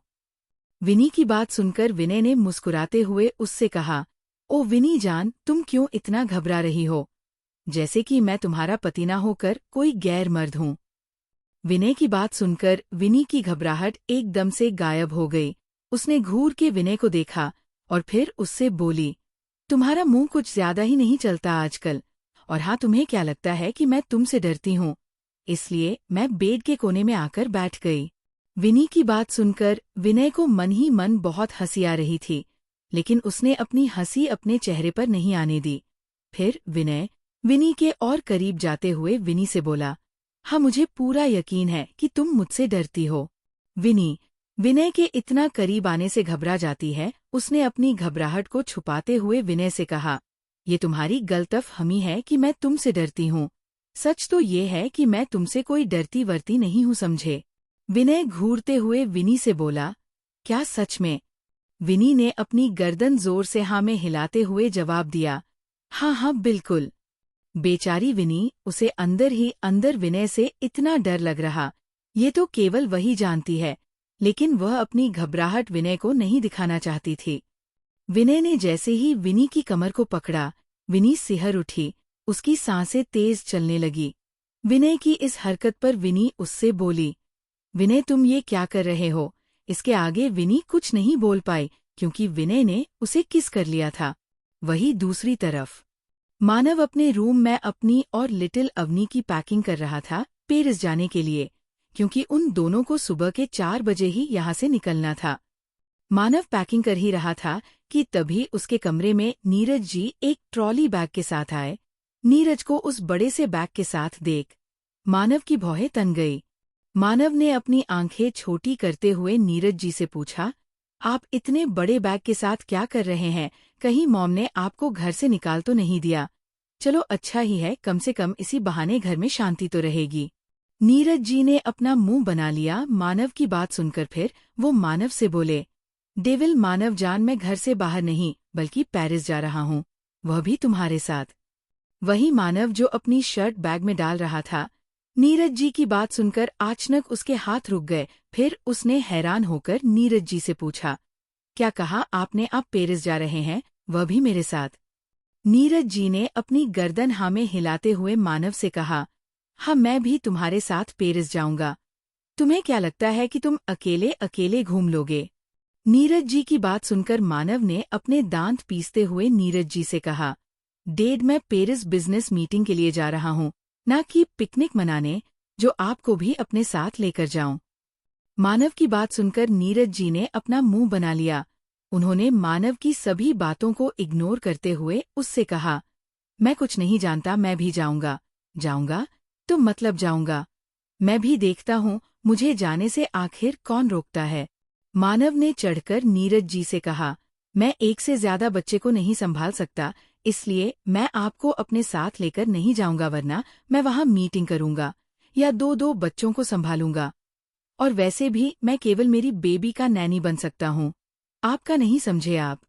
नीरज जी भी मानव से उसी टोन में बोले, मैं भी देखता हूँ कौन मेरे और मेरे पेरिस के बीच आता है। रूम का माहौल गर्म हो गया। नीरज जी और मानव एक दूसरे को गुस्से से घूर रहे थे, जैसे यहाँ घूरने का कंपटीशन चल रहा हो और दोनों में से कोई भी पीछे हटने को तैयार नहीं हो। तो वही नैना अपनी माँ नीलम जी की बातें सुनकर परेशान हो गई। नीलम जी ने नैना से कहा, नैना, ऋषि कहीं गायब हो गया है, मुझे लगता है कि पक्का इन सब के पीछे उस मानव का हाथ होगा। अगर ऋषि को कुछ भी हो गया तो हम गरीब हो जाएंगे। अपनी माँ की बात सुनकर इरिटेट होते हुए नैना ने कहा, माँ आप हमेशा छोटा ही क्यों सोचती हो? अगर कुछ सोचना है तो बड़ा सोचो। नीलम जी ने कंफ्यूज होकर नैना की तरफ देखा, जैसे पूछ रही हो, तुम्हारे कहने का मतलब क्या है? नैना ने अपनी माँ के मन की बात को समझते हुए उनसे कहा, मॉम हमें ऋषि से कुछ नहीं मिलेगा। सोचिए अगर मैं मानव को अपने प्यार के जाल में फंसा लूं तो हम कितने अमीर हो जाएंगे। मानव की बात पूरी सिंह फैमिली मानती है, अगर मेरी शादी उससे हो जाए तो मैं पूरे सिन्हा फैमिली और उनके पैसों पर ऐश करूंगी। नैना की बात सुनकर नीलम जी की आंखें चमक उठी। उन्होंने अपनी बेटी की पीठ थपथपाते हुए कहा, वो मेरी बेटी ऐसे ही सोचती रहो ताकि हम हमेशा अमीरों की जिंदगी जी सके। इतना कहने के बाद नीलम जी और नैना दोनों हंस पड़ी। CH-77 लिटिल अवनी का रोना, सभी का पेरिस जाना और बेचारा अर्जुन। मानव का रूम। लिटिल अवनी की आवाज जैसे ही मानव और नीरज जी के कानों में पड़ी, दोनों नॉर्मल हो गए। मानव नीरज जी को इग्नोर करके फिर से कपड़े पैक करने लगा। जैसे ही मानव ने अपनी शर्ट उठाई बैग में डालने के लिए, वैसे ही तुरंत लिटिल अवनी रूम के अंदर एंटर हुए। लिटिल अवनी रूम में आते ही उछलते हुए मानव से कहा, हब्बी, हम कब जाएंगे? मानव ने लिटिल अवनी के सवाल का कोई जवाब नहीं दिया और अपना काम करता रहा। जब लिटिल अवनी ने देखा उसका हब्बी उसके सवालों का कोई जवाब नहीं दे रहा तो वह बिल्कुल सीधे खड़े हो गई और मानव को देखने लगी। वहीं नीरज जी, जो कब से रूम के कोने में खड़े थे, अपनी राजकुमारी को आते देख खुश हो गए। मगर जैसे ही उन्होंने ये देखा कि मानव उनके साथ साथ उनकी राजकुमारी को भी इग्नोर कर रहा है तो उन्होंने अपना मुंह फुलाकर लिटिल अवनी की तरफ देखकर कहा, लिटिल राजकुमारी देखो अपने हबी को, कैसे वो तुम्हें इग्नोर कर रहा। तुमने उससे सवाल पूछा मगर उसने तुम्हारे सवाल का कोई जवाब नहीं दिया। अपने डैडी की बात सुनकर लिटिल अवनी की आंखें बड़ी हो गई। उसने अपनी दोनों आंखें बड़ी बड़ी करते हुए नीरज जी से पूछा, डैडी आप ये क्या बोल रहे हो? हब्बी कभी भी लिटिल अवनी को इग्नोर नहीं करते हैं। इतना कहने के बाद लिटिल अवनी मानव के पास जाकर खड़ी हो गई। उसने मानव का हाथ पकड़ते हुए नीरज जी की तरफ इशारा करते हुए कहा, हब्बी, हब्बी देखो डैडी कह रहे हैं कि आप लिटिल अवनी को इग्नोर कर रहे हैं। आप उनसे बोलो ना कि आप मुझे इग्नोर नहीं कर रहे हो। मानव जो अपनी पैकिंग करने में बिजी था, अचानक लिटिल अवनी के हाथ पकड़ लेने से रुक गया। उसने पहले मुड़कर अपनी लिटिल वाइफ को देखा, जो उसके सवाल का इंतजार कर रही थी। फिर उसने अपने ससुर जी की तरफ देखा जो अपनी जगह पर खड़े होकर उसे ही देखकर तरह तरह का मुंह बना रहे थे। ये देख मानव लिटिल अवनी की तरफ देखते हुए बिना किसी भाव के उससे कहा, ऐसा कुछ भी नहीं है। इसके बाद मानव फिर से अपने काम में लग गया। वही लिटिल ने जब देखा कि उसका हब्बी उससे अच्छे से बात नहीं कर रहा तो वो सीधे जाकर उस बैग के अंदर बैठ गई, जिसमें मानव कपड़े डाल रहा था और मानव को टकटकी लगाकर देखने लगी। ये देख मानव की भौहें तन गई। उसने लिटिल अवनी को थोड़ा डांटते हुए कहा, बेबी आप ये क्या कर रही हो? मानव का इतना कहना था कि लिटिल अवनी की आंखों में आंसू आ गए। मानव कुछ समझ पाता इससे पहले ही लिटिल अवनी जोर जोर से रोने लगी। अपनी लिटिल वाइफ को रोता देख मानव परेशान हो गया। उसने लिटिल अवनी को अपने सीने से लगाकर चुप कराते हुए कहा, बेबी शांत हो जाओ प्लीज। मेरा आपसे ऐसे बात करने का कोई इरादा नहीं था, वह बस हो गया। मानव लिटिल अवनी से नाराज था क्योंकि वह अपनी प्यारी वाइफ के साथ अकेले पेरिस जाना चाहता था, मगर उसकी प्यारी लिटिल वाइफ ने घर के सभी सदस्यों को पेरिस जाने के लिए तैयार कर दिया। इसलिए मानव ने लिटिल अवनी से ऐसे बात की, पर बेचारे को कहाँ पता था कि उसकी प्यारी लिटिल वाइफ रोने लगेगी। मानव ने लिटिल अवनी को चुप कराते हुए एक बार पूरे रूम में देखा। वहां नीरज जी को ना पाकर उसने राहत की सांस ली और फिर खुद से कहा, अच्छा हुआ यहाँ पर ससुर जी नहीं है, वरना अब तक तो यहाँ पर बखेड़ा खड़ा कर चुके होते। मानव ने नीरज जी को अपने रूम में ना पाकर एक राहत की सांस ली और फिर अपनी लिटिल वाइफ को चुप कराने लगा। लेकिन लिटिल अवनी इतनी आसानी से कहाँ चुप होने वाली थी, वह जिद्दी जो ठहरी। 10 मिनट हो चुके थे मगर लिटिल अवनी अभी भी चुप नहीं हुई। वो एक ही शब्द बोल रही थी। हब्बी ने लिटिल अवनी को डांटा, लिटिल अवनी अब उनसे बात नहीं करेगी। मानव परेशान हो गया लिटिल अवनी को चुप कराते कराते। जब उसे कुछ समझ नहीं आया तो उसने ड्रॉ से एक लॉलीपॉप निकाला और लॉलीपॉप का रेपर निकालकर उसने उसे लिटिल अवनी के मुंह में डाल दिया और खड़े होकर उसे देखने लगा। वही लिटिल अवनी को जब अचानक अपने मुंह में कुछ फील हुआ तो उसने अपनी आंखें नीचे करके देखा तो उसके मुंह में लॉलीपॉप था। लिटिल अवनी मजे से उस लॉलीपॉप को चूसने लगी। लिटिल अवनी को देखकर इस वक्त कोई ये नहीं कह सकता था कि वह अभी थोड़ी देर पहले रो रही थी। मानव लिटिल अवनी को चुप होता देख मुस्कुराने लगा। अपने बालों में हाथ फेरते हुए उसने खुद से कहा, मानव आखिरकार तुझे अच्छे से पता है कि तुझे अपनी बेबी को कैसे बनाना है। वही दूसरी तरफ नैना को पता चल गया था कि मानव कुछ वक्त के लिए पेरिस जा रहा है तो उसने भी अपने लिए पेरिस की टिकट बुक कर ली। नैना में एक शैतानी मुस्कान के साथ खुद से कहा, मेरा इंतजार करना मानव, मैं भी वहां आ रही हूं तुम्हें अपना बनाने। इतना कहने के बाद नैना अपने बेड पर लेट गई और कंबल ओढ़ कर सो गई। नैना के चेहरे पर एक मुस्कान थी, शायद वह कोई अच्छा सपना देख रही थी। सुबह के 4 बजे मानव लिटिल अवनी को लेकर अपने प्राइवेट जेट से पेरिस के लिए निकल गया। उसके साथ विक्की, जिम्मी और जीव, राज और नीरज भी गए। अर्जुन सोना के साथ एक ही बेड पर उसी के घर पर सो रहा था। अचानक से सोना नींद में एक लात अर्जुन को मेरी। बेचारा अर्जुन सीधा जाकर जमीन पर गिरा। अर्जुन ने करहाते हुए कहा, मेरी कमर। इतना कहने के बाद वह गुस्से से सोना को देखने लगा जो मजे से बेड पर सो रही थी। अर्जुन जमीन से उठकर फिर से बेड पर सोने के बगल में जाकर सो गया। थोड़ी देर बाद सोना का एक हाथ अर्जुन के चेहरे पर लगा। बेचारा अर्जुन सोना का हाथ पड़ते ही हड़बड़ाकर उठ गया। अर्जुन ने सोना को देखते हुए अपने दांत लिए। ये लड़की ना दिन में चैन से रहने देती है और ना ही रात में ढंग से सोने दे रही है। इतना कहने के बाद अर्जुन सोना को जकड़ कर सो गया ताकि वह और हाथ पैर ना चलाए। तो वही जब श्री और खुशी को ये पता चला कि आरव और वीर भी मानव के साथ पेरिस जा रहे तो उन दोनों ने भी कुणाल से जिद की कि वह उन्हें भी पेरिस भेज दे कुछ दिनों के लिए। पहले तो कुणाल नहीं माना मगर अंत में वह मान गया। श्री और खुशी कुणाल के प्राइवेट जेट पर बैठे थे। खुशी ने खुश होकर श्री से कहा, कितना मजा आएगा ना पेरिस में। श्री ने खुशी को जवाब दिया, हाँ तुमने बिल्कुल सही कहा, पेरिस में हम सब खूब मजे करेंगे। अपनी दीदी की ये बात सुनकर खुशी को कुछ याद आया। उसने श्री से पूछा, दी कुणाल भाई ने हमारे लिए उसी होटल में रूम लिया है ना जहाँ पर आरव और वीर जीजू है। खुशी की बात सुनकर अपनी गर्दन हाँ में हिलाते हुए श्री ने जवाब दिया, हाँ हम भी वहीं रुकेंगे जहाँ पर वो दोनों हैं। अपने दी की ये बात सुनकर खुशी खुश हो गई। सुबह के 5 बजे 2 बाइक वाले कहीं जा रहे थे। उनकी बाइक हवाओं से बातें कर रही थी। उन दोनों ही लड़कों ने काले रंग के कपड़े पहने हुए थे।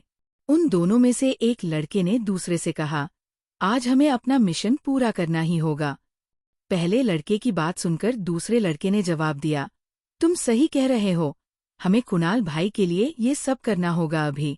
पहले वाले लड़के ने सहमति जताते हुए कहा, सही कहा, अब हमें जल्दी चलना चाहिए विनय। इतना कहकर दोनों अपनी बाइक की स्पीड और बढ़ा लेते हैं। जी हाँ, ये दोनों कोई और नहीं बल्कि अभी और विनय थे। वही कुछ घंटे बाद मानव और लिटिल अवनी आखिरकार पेरिस पहुंच जाते हैं। CH-78 जलन। शावर के नीचे मानव और लिटिल अवनी। अर्जुन का इरादा। पेरिस 7 स्टार होटल, काल्पनिक नाम। मानव, लिटिल, अवनी और बाकी सभी के साथ पेरिस के एक 7 स्टार होटल में आ जाता है। जब तक वो सभी पेरिस में रहने वाले हैं, तब तक वह इसी होटल में रुकने वाले हैं। वह सभी इस बात से अनजान हैं कि उनके पीछे पीछे नैना, श्री और खुशी भी पेरिस के उसी होटल में आ चुके हैं। होटल पहुंचते ही सभी अपने अपने रूम में चले गए, पर मानव अपनी एक जरूरी मीटिंग के लिए वीर और आरव के साथ वहां से चला गया। लिटिल अवनी अपने डैडी के रूम में बैठकर अपने सामने बैठे सभी लोगों को बड़ी बड़ी से देख रही थी। उसके सामने विकी और जिम्मी अपना मुंह अपने हाथों से ढककर बैठे थे। लिटिल अवनी ने उन दोनों को देखते हुए कहा, विक्की भैया और जिम्मी भैया, आप अपने हाथ को हटाओ ना, ताकि जीव भाई, राज भाई और डैडी देख सके कि लिटिल अवनी ने आप दोनों का कितना अच्छा मेकअप किया है। काफी देर बाद भी उन दोनों ने जब अपने हाथों को अपने चेहरे से नहीं हटाया तो लिटिल अवनी ने उन्हें धमकी दी। लिटिल अवनी गुस्से से, अगर आप दोनों ने हाथ नहीं हटाया तो मैं हब्बी को बता दूंगी कि आप दोनों ने मुझे परेशान किया है। लिटिल अवनी का इतना कहना था कि मानव का नाम सुनकर दोनों ने डर के मारे अपने हाथ नीचे कर लिया। उन दोनों का चेहरा देखकर जीव, राज और नीरज जी अपना पेट पकड़कर हंसने लगे, क्योंकि लिटिल अवनी ने उन दोनों की 2-2 चोटी बनाई हुई थी। लिपस्टिक, काजल, आईलाइनर और 2 बटरफ्लाई वाली क्लिप लगाकर उनका मेकअप किया था। उन दोनों को देख लिटिल अवनी ने बड़े ही गर्व से कहा, डैडी, राज भाई और जीव भाई, देखो मैंने कितना अच्छा मेकअप किया है। दोनों भाई कितने क्यूट और प्यारे लग रहे हैं। जीव ने पहले गौर से विकी और जिम्मी को देखा, फिर अपना पेट पकड़कर हंसते हुए उनकी तरफ इशारा करके बोला, हाँ भाभी, आप सही बोल रही हो। आपके मेकअप करने के बाद विक्की और जिम्मी कितने सुंदर लग रहे हैं। जीव का साथ देते हुए राज ने भी कहा, हाँ बेबी सिस्टर, तुम तो कमाल की हो। फिर अपनी हंसी को रोकते हुए राज आगे बोला, बेबी सिस्टर, क्यों ना आज रात के पार्टी के लिए तुम इन दोनों भाइयों को अच्छे से तैयार करो। राज की बात सुनकर जहां विक्की और जिम्मी शॉक हो गए, वही लिटिल अवनी की आंखों में चमक आ गई। विक्की और जिम्मी साथ में चिल्ला पड़े, नहीं। शाम का वक्त। मानव, आरव और वीर के साथ अपनी मीटिंग खत्म करके होटल वापस आ गया। मानव सीधा अपने रूम में गया, पर लिटिल अवनी वहां नहीं थी। ये देख मानव नीरज जी के रूम की तरफ बढ़ गया। रूम में पहुंचते ही अपने सामने के सीन को देखकर मानव की आंखें गुस्से और जलन के कारण से लाल हो गई। मानव ने देखा विक्की, जिम्मी और जीव उसकी प्यारी लिटिल वाइफ के बहुत ही करीब बैठे हैं और वह सभी हंस हंस कर बातें कर रहे हैं। मानव ने गुस्से से कहा, यहाँ क्या हो रहा है? मानव की आवाज सुनकर सभी ने मानव की तरफ देखा, जो गुस्से से उन्हें ही घूर रहा था। लिटिल अवनी मानव को देखकर खुश होते हुए बोली, हब्बी। नीरज जी ने मानव को देखकर एक्साइटेड होते हुए उससे पूछा, डेविल मानव, हम सब घूमने कब जा रहे हैं? मानव को तो कुछ सुनाई ही नहीं दे रहा था, वो बस अंदर ही अंदर जल रहा था। मानव अपने लंबे लंबे कदमों से चलते हुए लिटिल अवनी के पास गया और उसे अपनी बाहों में उठा लिया। फिर उसने अपनी वार्निंग भरी नजरों से विक्की, जिम्मी और जीव को देखते हुए कहा, अगली बार से मेरी बेबी से 2 मीटर की दूरी बनाकर रखना, समझे? वरना मुझसे बुरा कोई नहीं होगा। इतना कहने के बाद बिना किसी की तरफ देखे मानव रूम से चला गया। मानव के जाने के बाद नीरज जी, विक्की, जिम्मी, राज और जीव ने अपना मुंह बनाकर एक साथ कहा, जल कुकड़ा कही का। अपने रूम में पहुंचते ही मानव ने लिटिल अवनी को बेड पर बैठाया और गुस्से से बोला, मिसेस लिटिल अवनी मानव सिंह, आपको इसकी इजाजत नहीं है कि आप किसी के इतना करीब होकर बातें करो। आपको बातें करना है मुझसे करो, छूना है मुझे छुओ, देखना है मुझे देखो, प्यार करना है मुझे करो, लेकिन किसी और को नहीं। मानव की जलन उसके चेहरे पर साफ नजर आ रही है। वही लिटिल अवनी अपने हब्बी के इस बिहेवियर से हैरान हो गई। उसने मानव से कहा, हब्बी, आप क्या बोल रहे हो? मानव ने लिटिल अवनी को अपनी गोद में बिठाया और फिर उससे बोला, जैसे आप थोड़ी देर पहले उन सभी से हंस हंस कर बातें कर रही थी, बिल्कुल वैसे ही मुझसे भी करो। लिटिल अवनी ने हैरान और कंफ्यूज होकर पूछा, क्या? मानव ने इस बार अपने दांत पीसते हुए कहा, मैंने कहा मुझसे भी उसी तरह बातें करो। जब लिटिल अवनी ने कुछ नहीं बोला तो मानव ने आगे कहा, आज तक आपने कभी भी मुझसे हंसकर बातें नहीं की, क्यों? अभी भी लिटिल अवनी मानव को बस घूरे जा रही थी। मानव ने लिटिल अवनी को उठाया और वॉशरूम के अंदर शावर के नीचे खड़ा कर दिया और शावर ऑन करके खुद भी उसके नीचे खड़ा हो गया। लिटिल अवनी ने चौंकते हुए मानव से कहा, हब्बी बारिश हो रही है, इसे बंद करो। इसके आगे लिटिल अवनी कुछ नहीं बोल पाई क्योंकि मानव ने उसे किस कर लिया। मानव ने लिटिल अवनी को खुद से चिपका लिया। कुछ देर किस करने के बाद मानव लिटिल अवनी को गौर से देखने लगा। वही लिटिल अवनी जोर जोर से सांस ले रही थी, जिसके कारण उसका सीना ऊपर नीचे हो रहा था।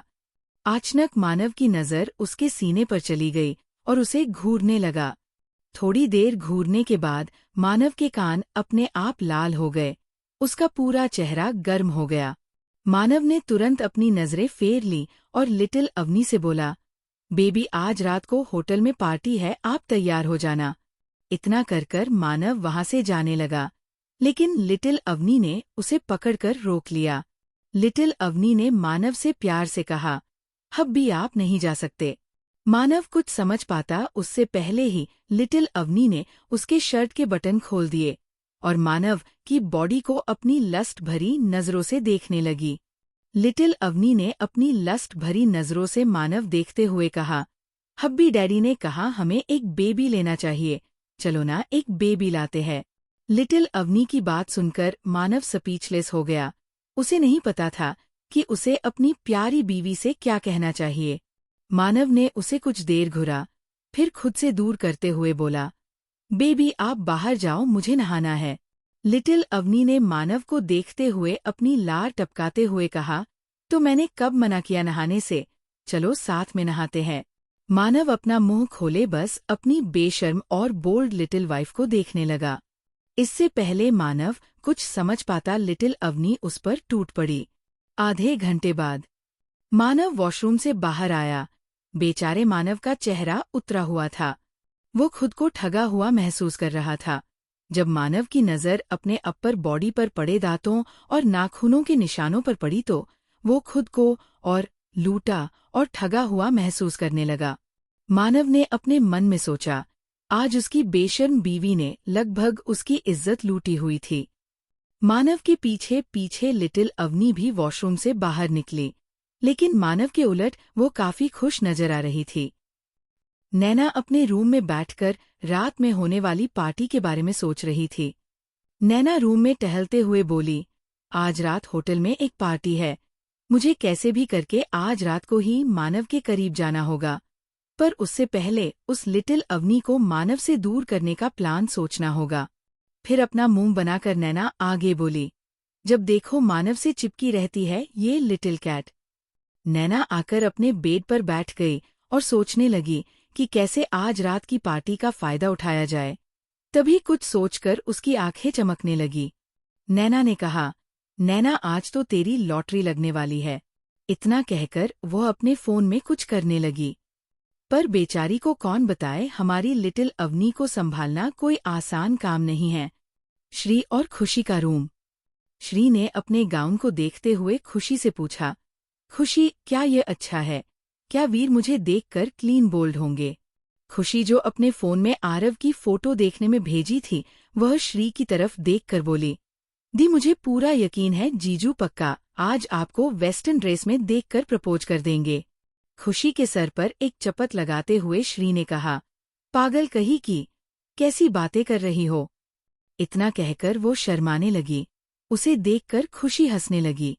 तो वही आरव, वीर, जीव, राज और नीरज जी भी अपने अपने रूम में आज रात की पार्टी के लिए तैयार हो रहे थे। आरव ने खुद की टाई सही करते हुए खुद को मिरर में देखकर कहा, आज तो मैं बहुत ही हैंडसम लग रहा हूँ।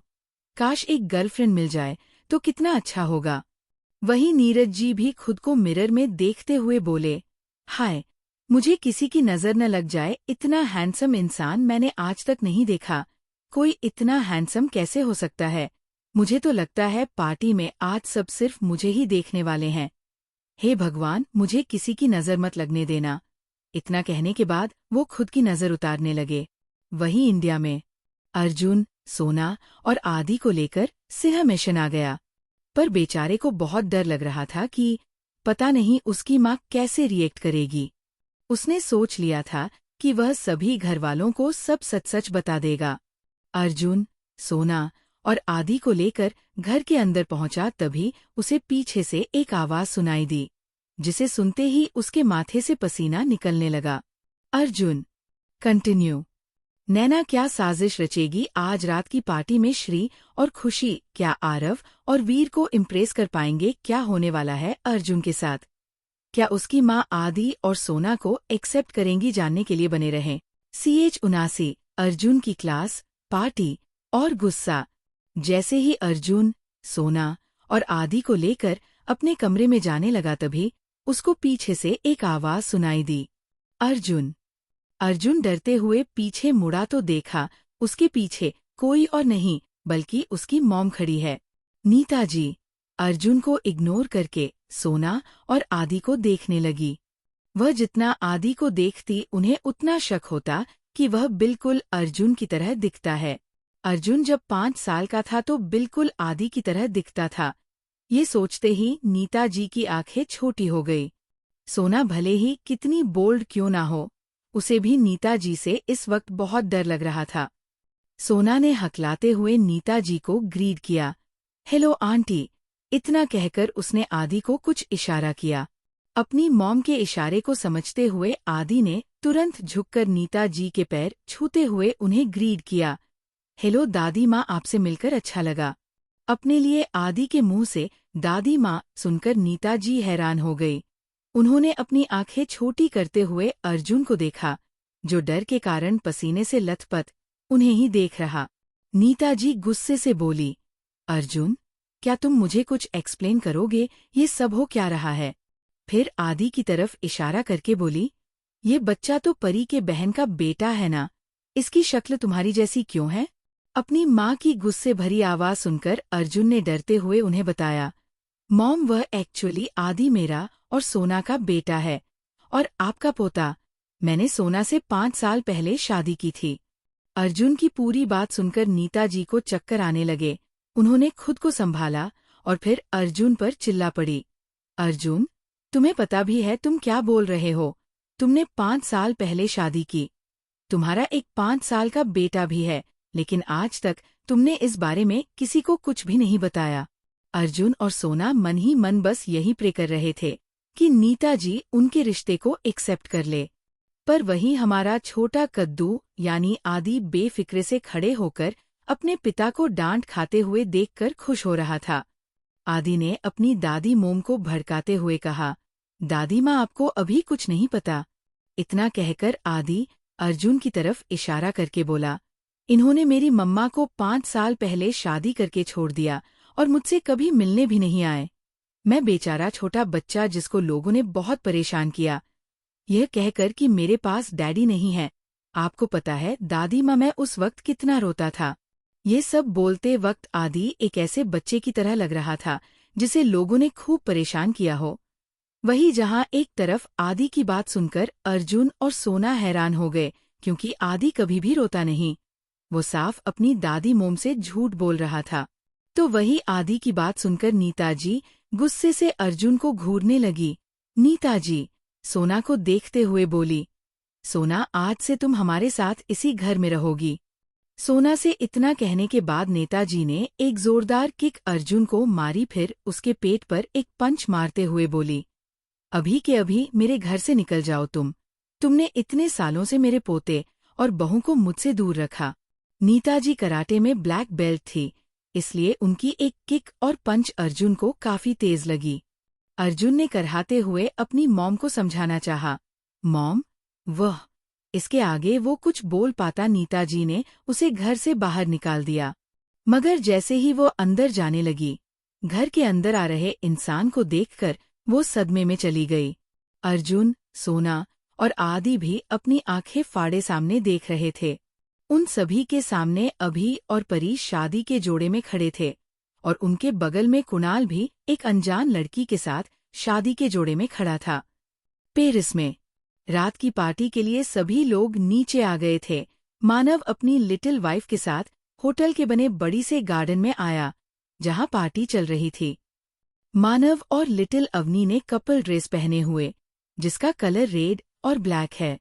पार्टी में मौजूद सभी लड़कियां मानव को देखकर टपकाने लगी। पवही सभी लड़के लिटिल अवनी को देखकर आहें भरने लगे।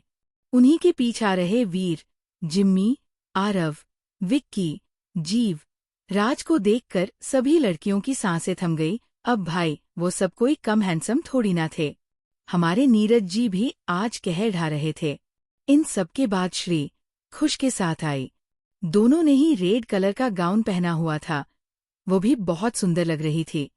नैना अभी तक वो नहीं आई। मानव लिटिल अवनी का हाथ पकड़कर उसे समझाते हुए बोला, बेबी, अगर आपको यहाँ कोई कुछ भी खाने को देता है तो आप उसे बिल्कुल भी मत खाना। ओके? लिटिल अवनी ने मानव को देखते हुए अपनी गर्दन मिलाते हुए कहा, ओके हब्बी। लिटिल अवनी ऐसा ही करेगी पक्का। लिटिल अवनी ये सब कहते वक्त बहुत ही क्यूट लग रही थी। उसे ऐसे देखकर मानव का मन कर रहा था कि वह अपनी प्यारी लिटिल वाइफ को किस कर ले। जब मानव से रहा नहीं गया तो उसने आगे बढ़कर लिटिल अवनी को किस कर लिया। पार्टी में मौजूद सभी लोग मानव और लिटिल अवनी को देखकर हूटिंग करने लगे। वहीं इन्हीं के पीछे खड़े राज, जीव, आरव, वीर, जिम्मी, विक्की की तो ये देखकर उनकी आंखें बाहर आ गई। उन सभी ने एक साथ कहा, ठरकी कहीं का कहीं भी शुरू हो जाता है।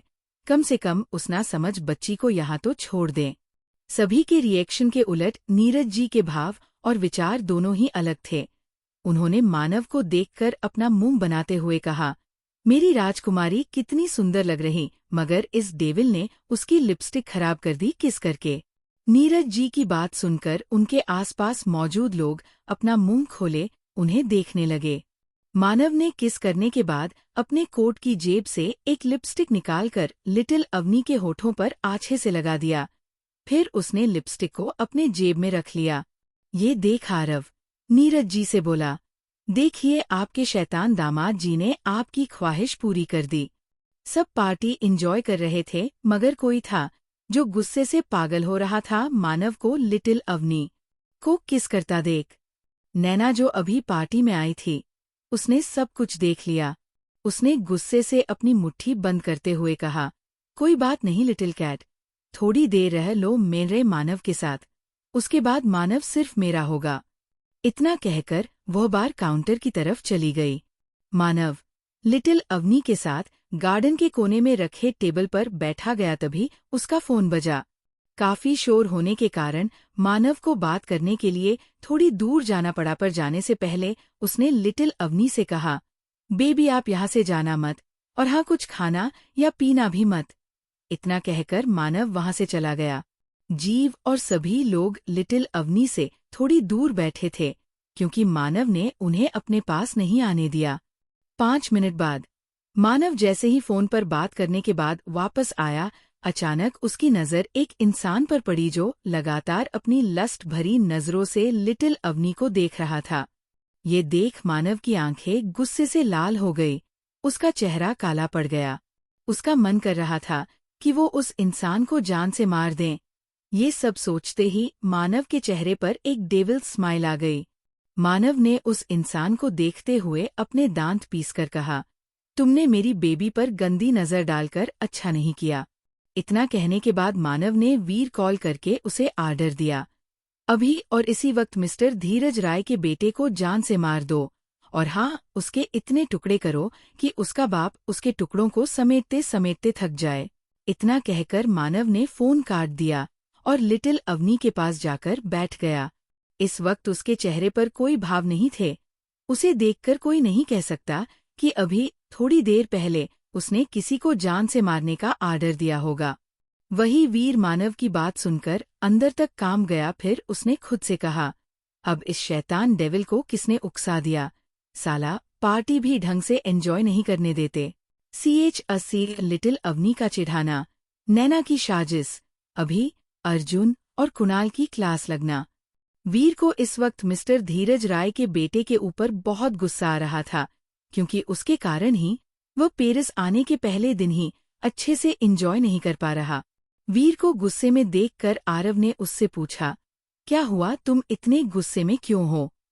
वीर ने अपने दांत पीसते हुए जवाब दिया, पता नहीं किस बेवकूफ ने उस राक्षस मानव को उकसा दिया। वो डेविल अब मुझे ठीक से पार्टी भी एंजॉय नहीं करने देगा। मानव झानव कहीं का। इतना कहकर वो मानव की एक्टिंग करते हुए आगे बोला, अभी और इसी वक्त मिस्टर धीरज राय के बेटी को जान से मार दो। फिर वीर झुंझलाकर बोला, अरे हलवा है क्या, इसे मार दो, उसे मार दो। खुद तो आराम से बैठकर आर्डर देते हैं और हम बेचारे सारा दिन रोबोट की तरह काम करते हैं।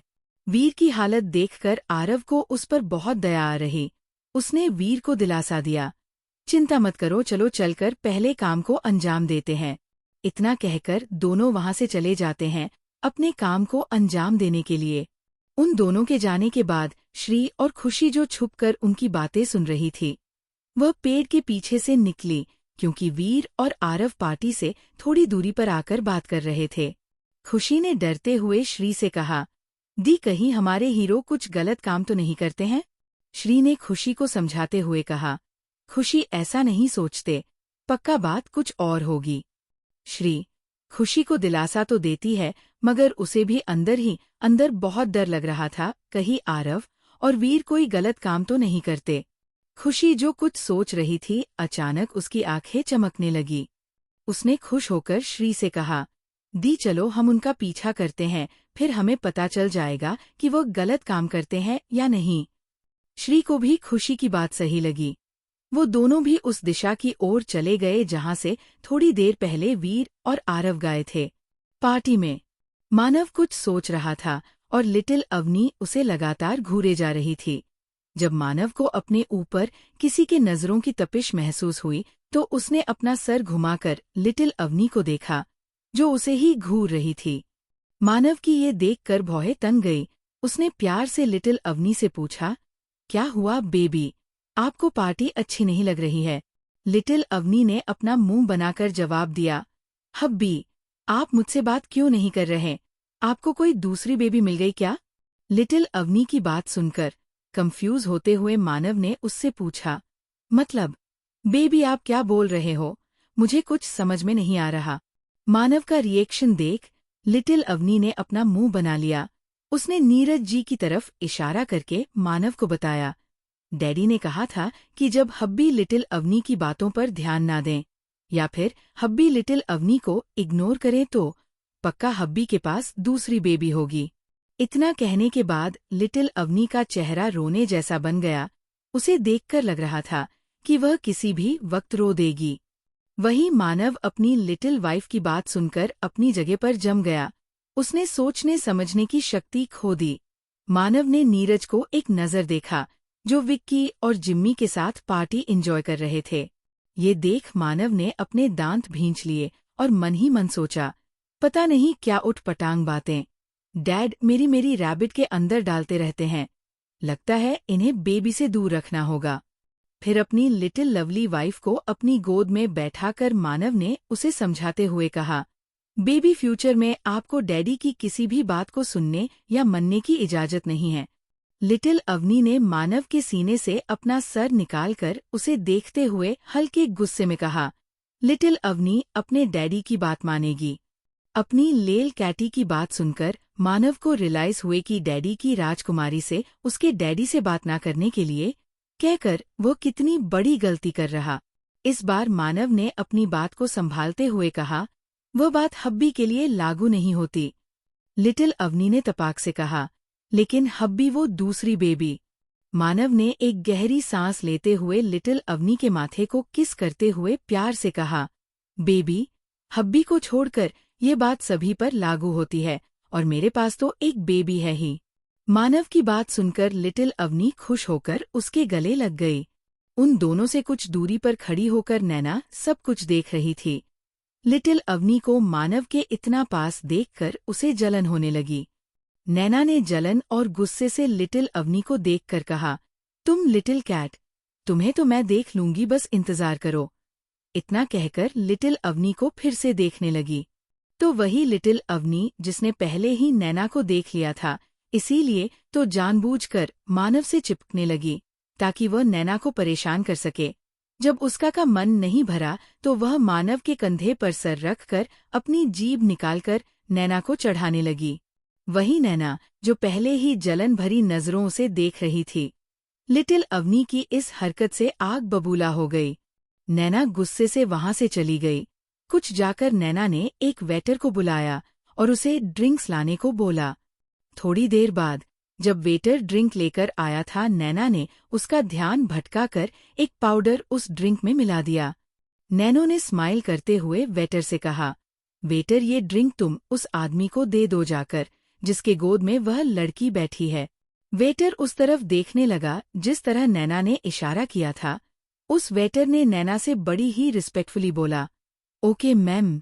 इतना कहकर वेटर मानव की तरफ जाने लगा।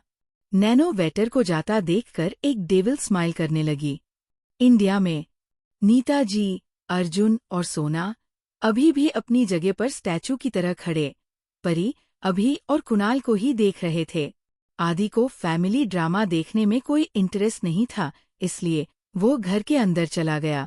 अभी ने अपने हाथ हिलाते हुए सभी से पूछा, आप लोग मुझे इस तरह से देख रहे हैं, क्या कुछ हुआ है? अभी की आवाज सुनकर नीता जी सबसे पहले होश में आई। उन्होंने अभी को डांटते हुए कहा, अभी ये सब क्या है? तुमने शादी कर ली बिना किसी को बताए। अर्जुन भी अभी से बोला, अभी तुम्हारी एंगेजमेंट कुछ दिन पहले हुई थी और तुम दोनों की शादी को कुछ ही दिन बाकी है, तो फिर भी तुम दोनों ने भागकर शादी कर ली क्यों? वही सोना ने भी परी को घूरते पूछा, क्या तुम मुझे बताओगी ये सब क्या है? परी बेचारी जो खुद आभी की हरकतों से परेशान थी, वो क्या बोलती। परी ने सभी को देखते हुए कहा, प्लीज मुझसे कुछ मत पूछिए, जो पूछना है वो अभी से पूछिए। इतना कहकर परी अभी को घूरने लगी तो अभी ने उसे अपने दांत दिखा दिए। नीता जी ने परेशान होकर कहा, भगवान ये सब हो क्या रहा है? कैसे निकम्मे बेटे मिले हैं मुझे। इतना कहकर वो अभी से बोली, तुमने ऐसा क्यों किया? अभी ने जवाब दिया, पहले घर के अंदर चले फिर बताता हूँ। इतना कहकर अभी परी को लेकर अंदर चला गया। उन दोनों के जाने के बाद अर्जुन ने अपनी आंखें छोटी करते हुए कुणाल से पूछा, तुम यहाँ क्या कर रहे हो? अर्जुन के सिर पर एक चपत लगते हुए नीता जी ने कहा, खबरदार अगर कुणाल को कुछ कहा तो। इतना कहकर वो कुणाल से बोली, तुम अंदर चलो अभी, और अर्जुन के साथ साथ मैं तुम्हारी क्लास भी अच्छे से लूंगी। तुमने भी बिन बताए शादी कर ली। इतना बोलकर नीता जी बिना किसी की बात सुने कुणाल की दुल्हन और सोना को लेकर घर के अंदर चली गई। अर्जुन ने पलट के कुणाल से हैरान होकर पूछा, मेरी मॉम तुम्हें कैसे जानती है? कुणाल बिना जवाब दिए वह से चला गया।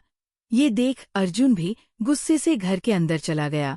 आज का एपिसोड यही खत्म होता है। आप लोग बताएं कैसा लगा स्टोरी, कमेंट में बताएं और बताएं कौन सी स्टोरी सुनना है।